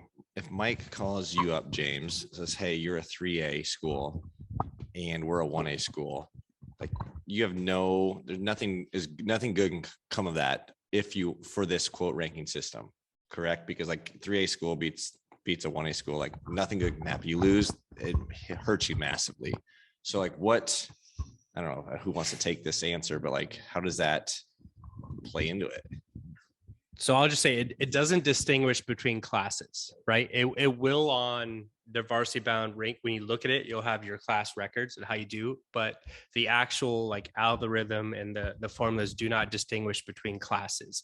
Really, it's I'll just go say it. So we'll call out Xavier, who's the top 2A school. And you're like, so if I beat Xavier, right, or our team beats Xavier, right, that's a lot better than us beating Atumwa, right, who's occasionally a lower tier 3A school. And this sucks. I hope Atumwa doesn't listen to this.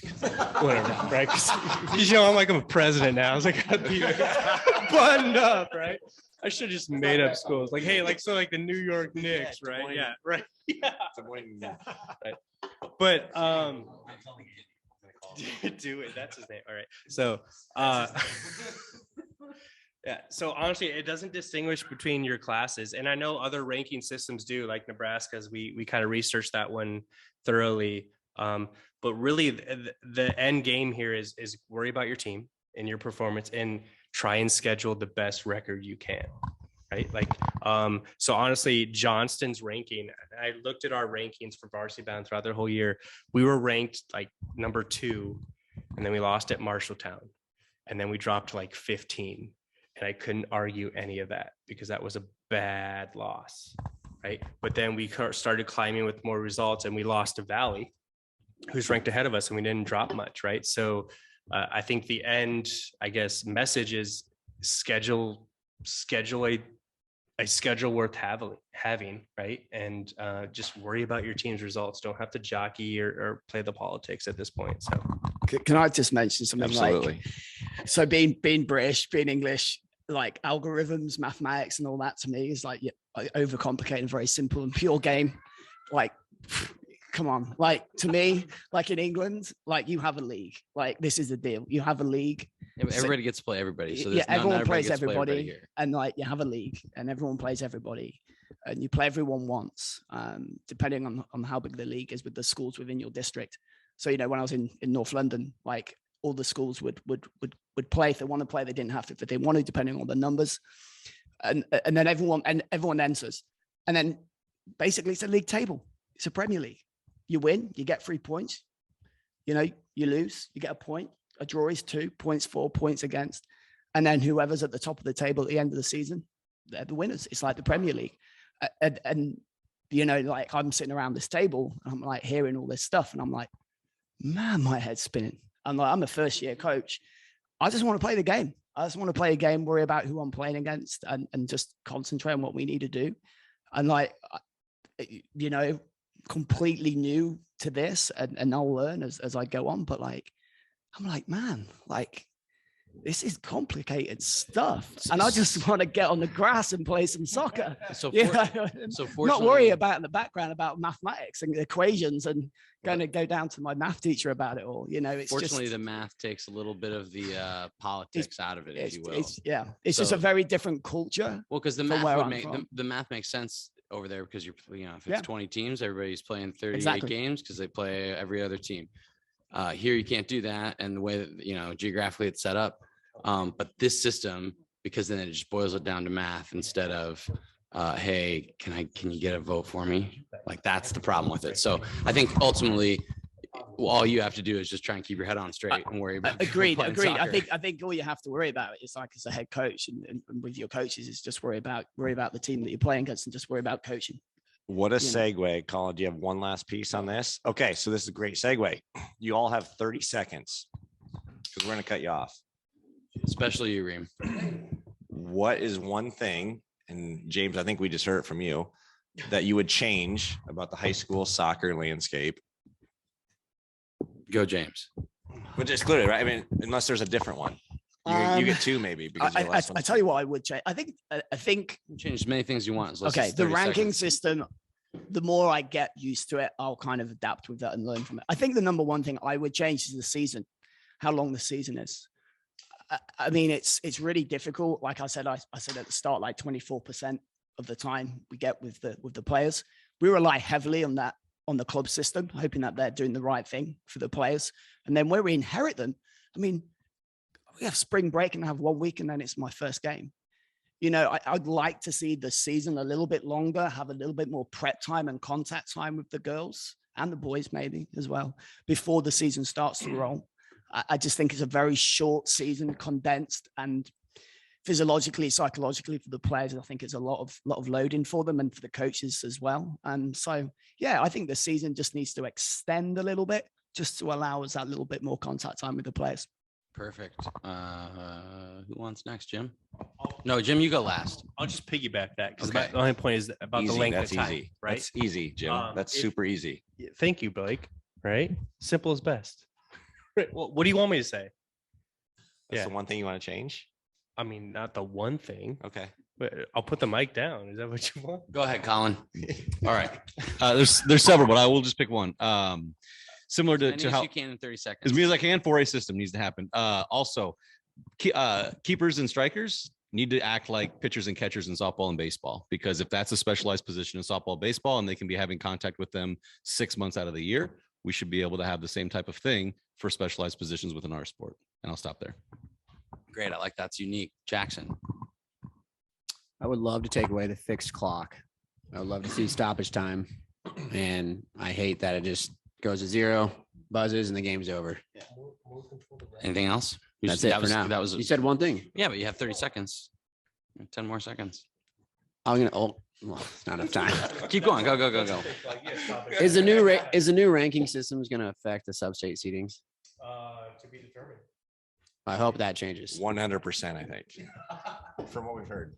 Not from you, but like that's the last year was whack. So we'll talk about sub-state seedings in a minute. Go to the next one. Go. Yeah. The thing I changed probably is I'd gear substitutions more towards college rules. So there'd be, if you're subbed out in the first half, there's no re-entry. You can re-enter once in the second half. And that just gets rid of all the time wasting. There's a team that we used to play all the time. Now we're playing again. They did that all the time. Who's that? Name names? Gilbert. Gilbert does that all the time. If they get a lead in the second half, they're subbing the guy on the far side of the field off. He's walking back. He'll get back in line. They get a line. He'll sub the next guy back.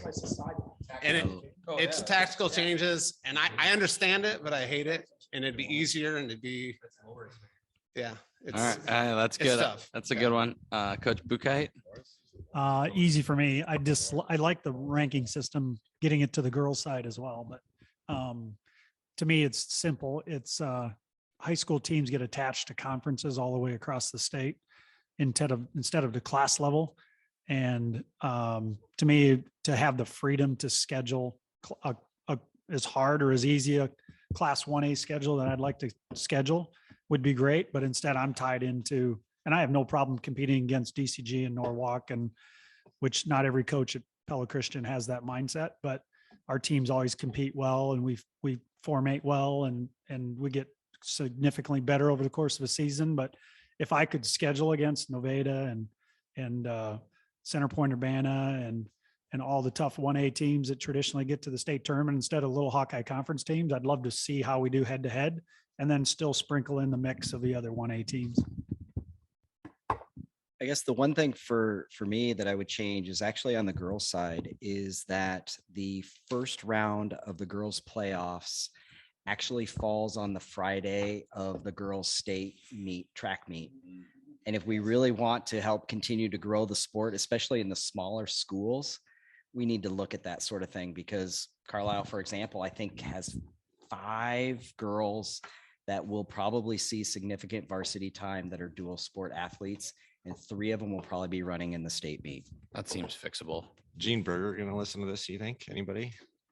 Nobody knows who she is, but she's great. She runs the girls union. Like, that would be one thing that I would easily look at. I mean, on the boys' side, we've run into that conflict on that Thursday, but the schedule, it doesn't affect Carlisle as much. So selfishly, I got my one thing, and that's I want to see the girls. Matthew. Thanks, Benjamin. If we are going to insist on having a result be either a win or a loss, instead of allowing a draw, then I insist that we go to MLS style shootouts from the early mid 90s, rather than penalty I actually think kicks. that'd be genius. That'd be super fun. No, maybe you guys would, but we would rock that. Yeah. No, in all seriousness, I think, and this wouldn't work, but I personally would really like to see soccer not be a spring sport because of the condensed timeline that we have between spring break and graduation. It would be super cool for it to be in the fall. Now, I know that would cause problems with smaller schools who have multi-sport athletes. We have some multi-sport athletes as well. This is a wish list, not a reality thing, but it'd be really cool to play in the fall versus spring. And MLS shootout. I love the MLS shootout. Did anybody play in the Great Plains shootout back in the day when we did that? Yes. All right. Jimmy? Those Great Plain Attackers. Remember that club? Yeah, dude, work them. South Dakota, was it? Your 30 seconds started a couple minutes. Did it? Yeah. Well, I got stoppage time now, thanks to Coach Teeling. All right.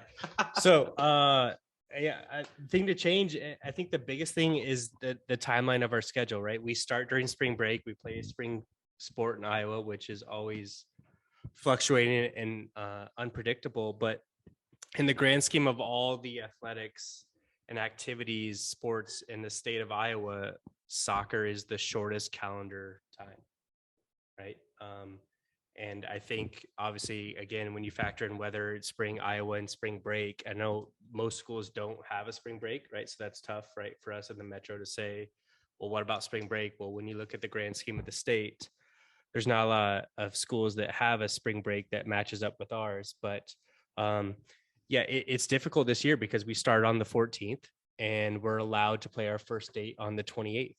And you got to take those 7 days of spring break and basically chalk them up as a wash for most of the schools when students are gone. So you're given 7 days of hopefully great weather to prepare your team for a match. So really what high school soccer is evolving and turning into is just playing games with the group you have, and that's not great, right? And especially when it's a different animal compared to the club scene and just the game when you're combining four age groups, right? So give us more time, right? And speaking about what Coach Lane referenced to about, you know, the specialty or the special positions of forward and goalkeeper, right? I'll speak for Johnston. When we all dropped our numbers about kids in our program, we have 125 kids out for soccer. We have 2 goalkeepers. You have 123 forwards.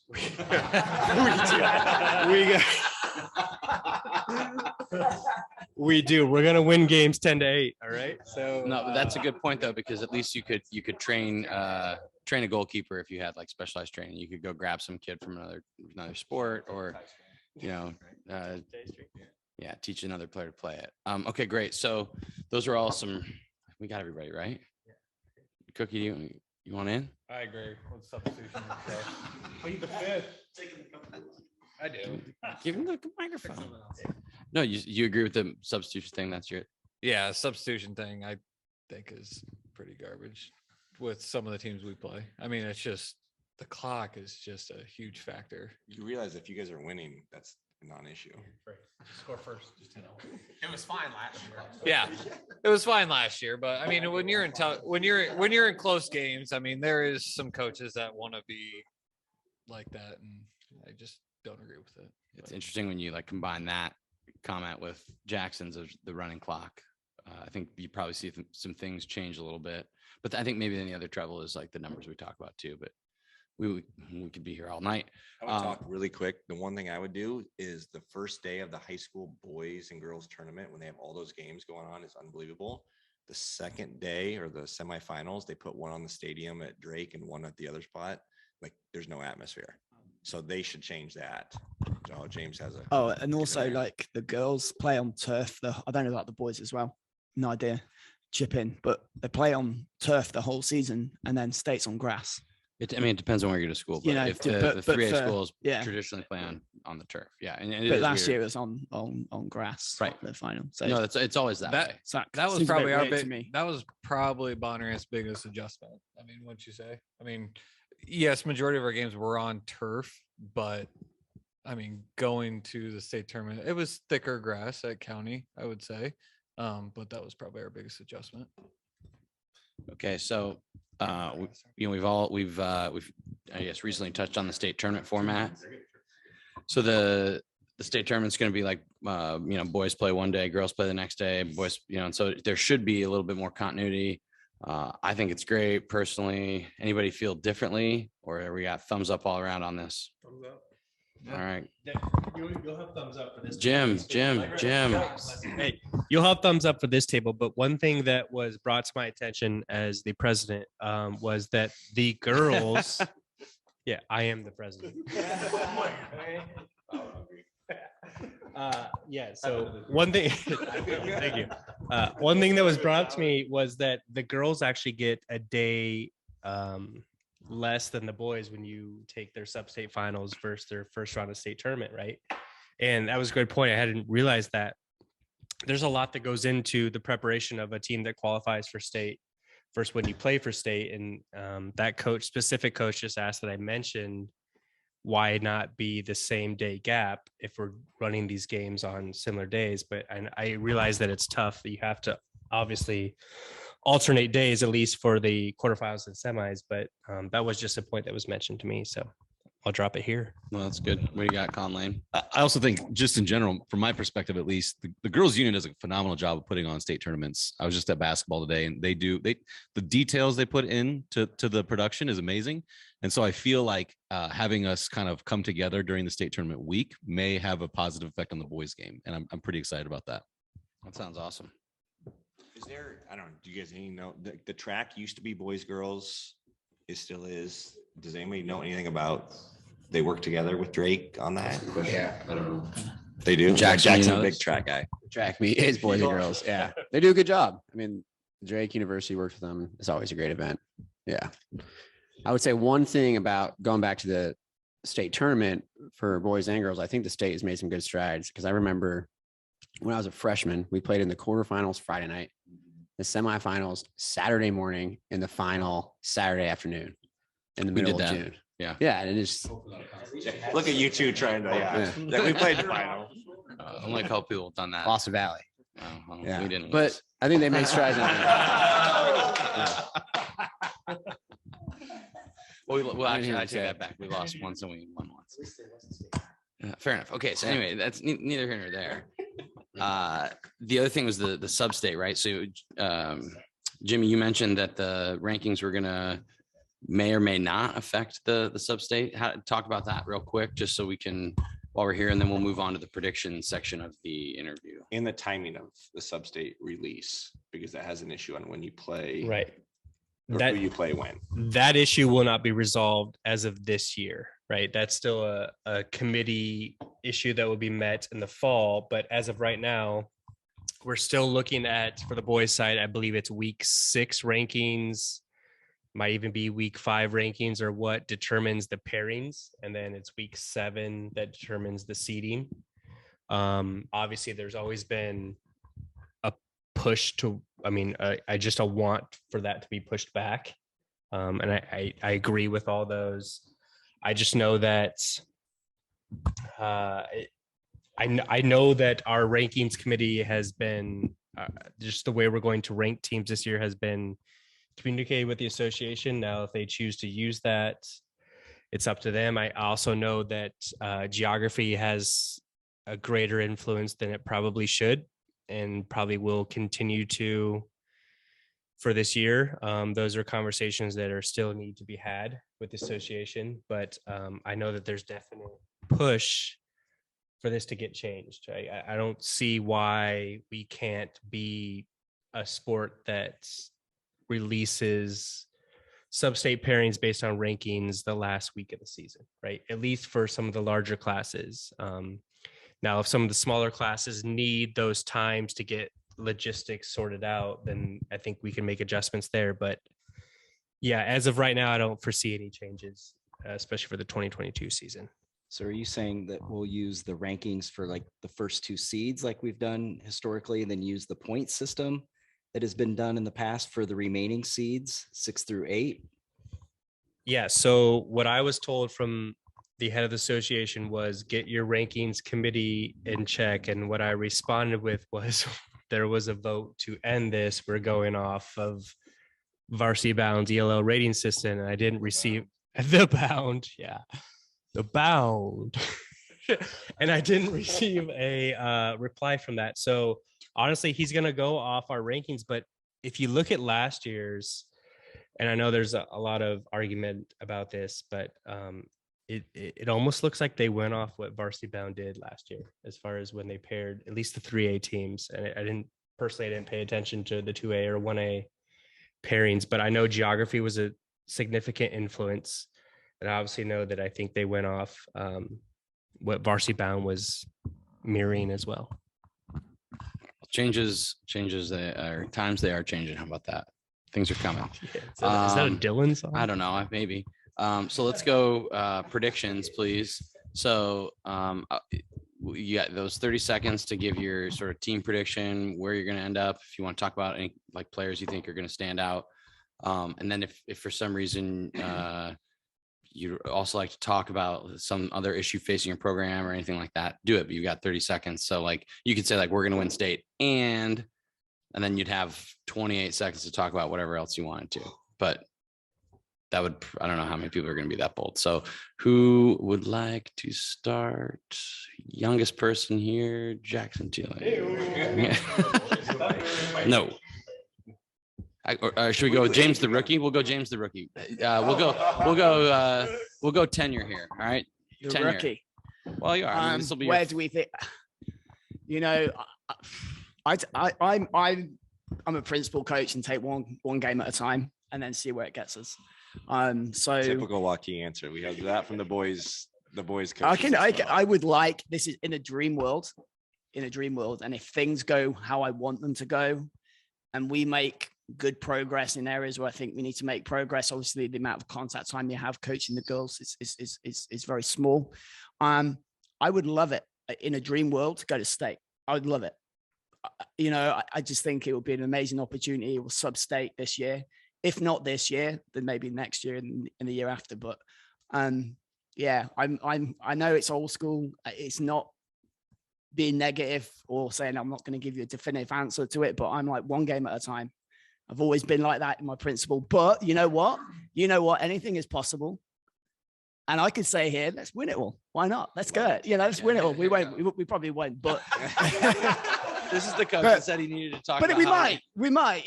We might win. We might win it all. How he believes. We might win it all. All right. We might win it all. So I would love to get sub-state this year. That would be an amazing achievement. But yeah, we'll see what happens. All right, upset somebody and give the mic to somebody else. You pick. No, Jacko gets it next. He's the next. Oh, okay. It's So Jimmy. Jimmy or Jack. Just pick it. Pick it, James. Hurry up. There you go, Colin. Make it simple. Prediction. Did you already start the clock? Yeah, it started. Oh, 5 all right. seconds. I think we're going to go into every game trying to compete and win it, honestly. Well, I hope so. Yeah. If you don't do that, Matt, that's not good. Yeah. But here's what I'm more excited about. I'm more excited about aiding in the development and growth of a bunch of fine young men at Roosevelt, helping to provide, being a part of a positive experience that's going to shape their lives in the future, and representing our school and district with pride and happiness and enjoyment. Good. Pass it on. Matt's going to do his job this spring, guys. All right. So I believe our statistics at DCG get a little fuzzy pre-2010 because they were done on manual scorebooks that we don't have. But I believe there's only one match that DCG has never played in, and that's the state championship. So our sights are certainly there. That's where we want to be. I completely agree with Matt that our focus is one game at a time, and our focus is on the development of the players, the team, and the community, because if we can develop that, the wins take care of themselves, and the boys want to play for DCG soccer. We don't necessarily have to worry about them going somewhere else, playing a different sport, because they've seen what we can do together, and that game that we haven't played at DCG before is our sight. Preseason friendly, right? Preseason friendly, March 24th against Roosevelt, March 18th against Johnston. We'll take both of them. Go on. Over to Bondurant. All right. Yeah. So we were in the state finals last year. So our goal is obviously to win the state. Having said that, there's a lot of things that have to go right. We lost a lot of quality seniors last year, so we've got to develop depth. We've got injuries that are going to happen, and we've got to make sure that we're not too full of ourselves, and we maintain our desire and our passion all year round. But I think we might be playing Colin here in the state finals. I agree. I love it. Jackson, you want to go ahead and pass that across? I'll keep it simple and granular. Barring any major injuries, I think we win more games than we did last year. I think we win some of the bigger games on our schedule. That was kind of one of our challenges last year. And then I think Dowling gets back to state. Excellent. So 35th year of Carlisle soccer. They've never experienced state. So I think, it's not unrealistic to make one of these guys unhappy that they're not in the finals. So I like that. Coach Bukai. Is this predictions for our team? Yeah. What's it look 1A? like? Yeah. No, for you guys, what's it look like? And then maybe, if you guys aren't winning, you can tell us what you think otherwise. You got 30 seconds. Go. Well, if we hit 500 record in the season, that's a good record for us. Not that we don't want to perform above that. We've had years where we've won 75% of the games on our schedule and hit a rough patch in postseason. But I think a lot of teams, my view of 1A girls is you got two girls that can score on your team, and you can mess with a lot of teams in 1A especially. So beyond that, you just need to create a good formation around them to keep the score in hand, and good things happen. So I've got two good scorers this year, and one's a junior, one's a freshman. So that allows me to make 2 years in a row to make some things happen. And wasn't for COVID, I think we would have had our first state tournament appearance, which everybody could say that, but we truly had our best team ever. And it got taken away from us, unfortunately, with a very, very, very deep team. So hopefully we can get back to that level of play. And yeah, I took a dead program literally and trying to build it into something fun for the whole school and the whole community. So it's fun to be a part of that. Love it. Jimbo. So we had to let you get your voice back after you talked for so long. It's hard. Yeah, I wet my whistle, so we're good. It's really tough because I mean I know what's around this table and I know what we have and I know what other teams have, and I'll just say it flat out, like I want to win a state championship, and I think that's a realistic goal. But at the same time, when you think about winning that thing, it is so difficult to do in the realm of soccer when you have single elimination games. Like, and I'll just talk about last year. Look at that Waukee team, right? Like Johnston winning the state tournament as the 2 seed. So you chalk that up as like we were maybe the second best team in the state. We got absolutely waxed by that team. And I'll be honest with you, as playing high school soccer and then coaching it for now 15 years, that was, I would argue that was the best high school soccer team I have seen. And they didn't even make the state tournament, right? Because they found themselves on the wrong end of elimination game. And anything can happen in this game, right? Like Middlesbrough just beat Tottenham, right? And when you get into a soccer game, and we all know that this is the cruelest game on the planet, it's so tough to say, I want to win a title. What that means is I want to win 6 elimination games in a row. And that's really tough to do. Now, if we did these things like the Champions League and say we had double leg fixtures, I would feel a lot more confident about our group. But honestly, we got to win 6 elimination games in a row when our season's on the line. And that's really tough to do. And that's what we're setting out to do. But I just know that it's super competitive. You know, our league's a buzzsaw, and that's what we're doing. Yeah. Am I in stoppage time? Yeah, you are. You're good. Yeah. You're good. Right. Blow the whistle. Bro. Jimmy, you don't want a first round bye in sub-state? No, yeah, I want that too. Yeah. I want 5 games. Give me 5 eliminations. I'd like to see you guys win 6 games. So it's been good. That's part of the reason why we love high school soccer. The atmosphere, the environment of these games is definitely nothing can compare. So James, clearly the newest man here, is going to give us the last word, and we're going to. I just think it would be appropriate just to take a few minutes just to reflect on what's going on in Ukraine at the moment. I worked in an international school in Chicago, and I had a few girls that were from Ukraine, and they're probably back in Ukraine now. So I think it'll be the right thing to do if we can, just to take maybe a couple of seconds just to think about what's going on in Ukraine right now. We're all here for soccer and for football, of course, but there's greater things going on in the world. And I think a pause of reflection would be the right thing to do right now. If we could do that, that'd be okay. Thanks.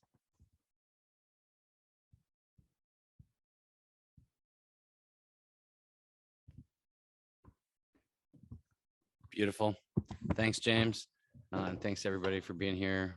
Good luck this spring, and we will look forward to seeing at least like one of you guys in June, hopefully. All right, Siebes, as per usual, a very enjoyable time at the round table with group number 2, our diverse group of, boys, girls, all different classes. So hopefully, I mean, when you think about it, we've just given people 14 or 15, depending on if Cook and Cox count as 1 or 2, opinions on the game here and their upcoming season. And I think we talked about a lot of important stuff. We did. Exciting part of the season. The weather's turning. High school soccer starting. We love this time of the year.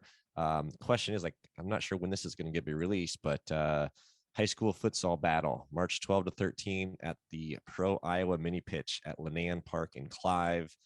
Come out. It'll be a fun day all day. Food trucks are coming. Soccer boys and girls divisions. If you haven't signed up, what are you waiting for? Yeah, make it happen. KIFsoccer.org/futsal. That's right. Free event. There's gonna be a food truck out there. We're gonna have the tunes bumping with La Cubuena. And if you were a part of it all last year, it was a blast. So if you're not heading out of town for spring break, or if you are and you'll be around at the beginning part, come join us. The weatherman has already been researching the weather, and it's looking good, right, Blake? That's right. We've got the Clive, the mini pitches over there, the double. They're all clear of snow. Pro Iowa's going to have their tent when it's blazing hot out. Darwin, like you said, is going to be busting the tunes out. Well, it's going to be a good day. So we'll see ya soon. Yeah. was awkward. Okay, bye.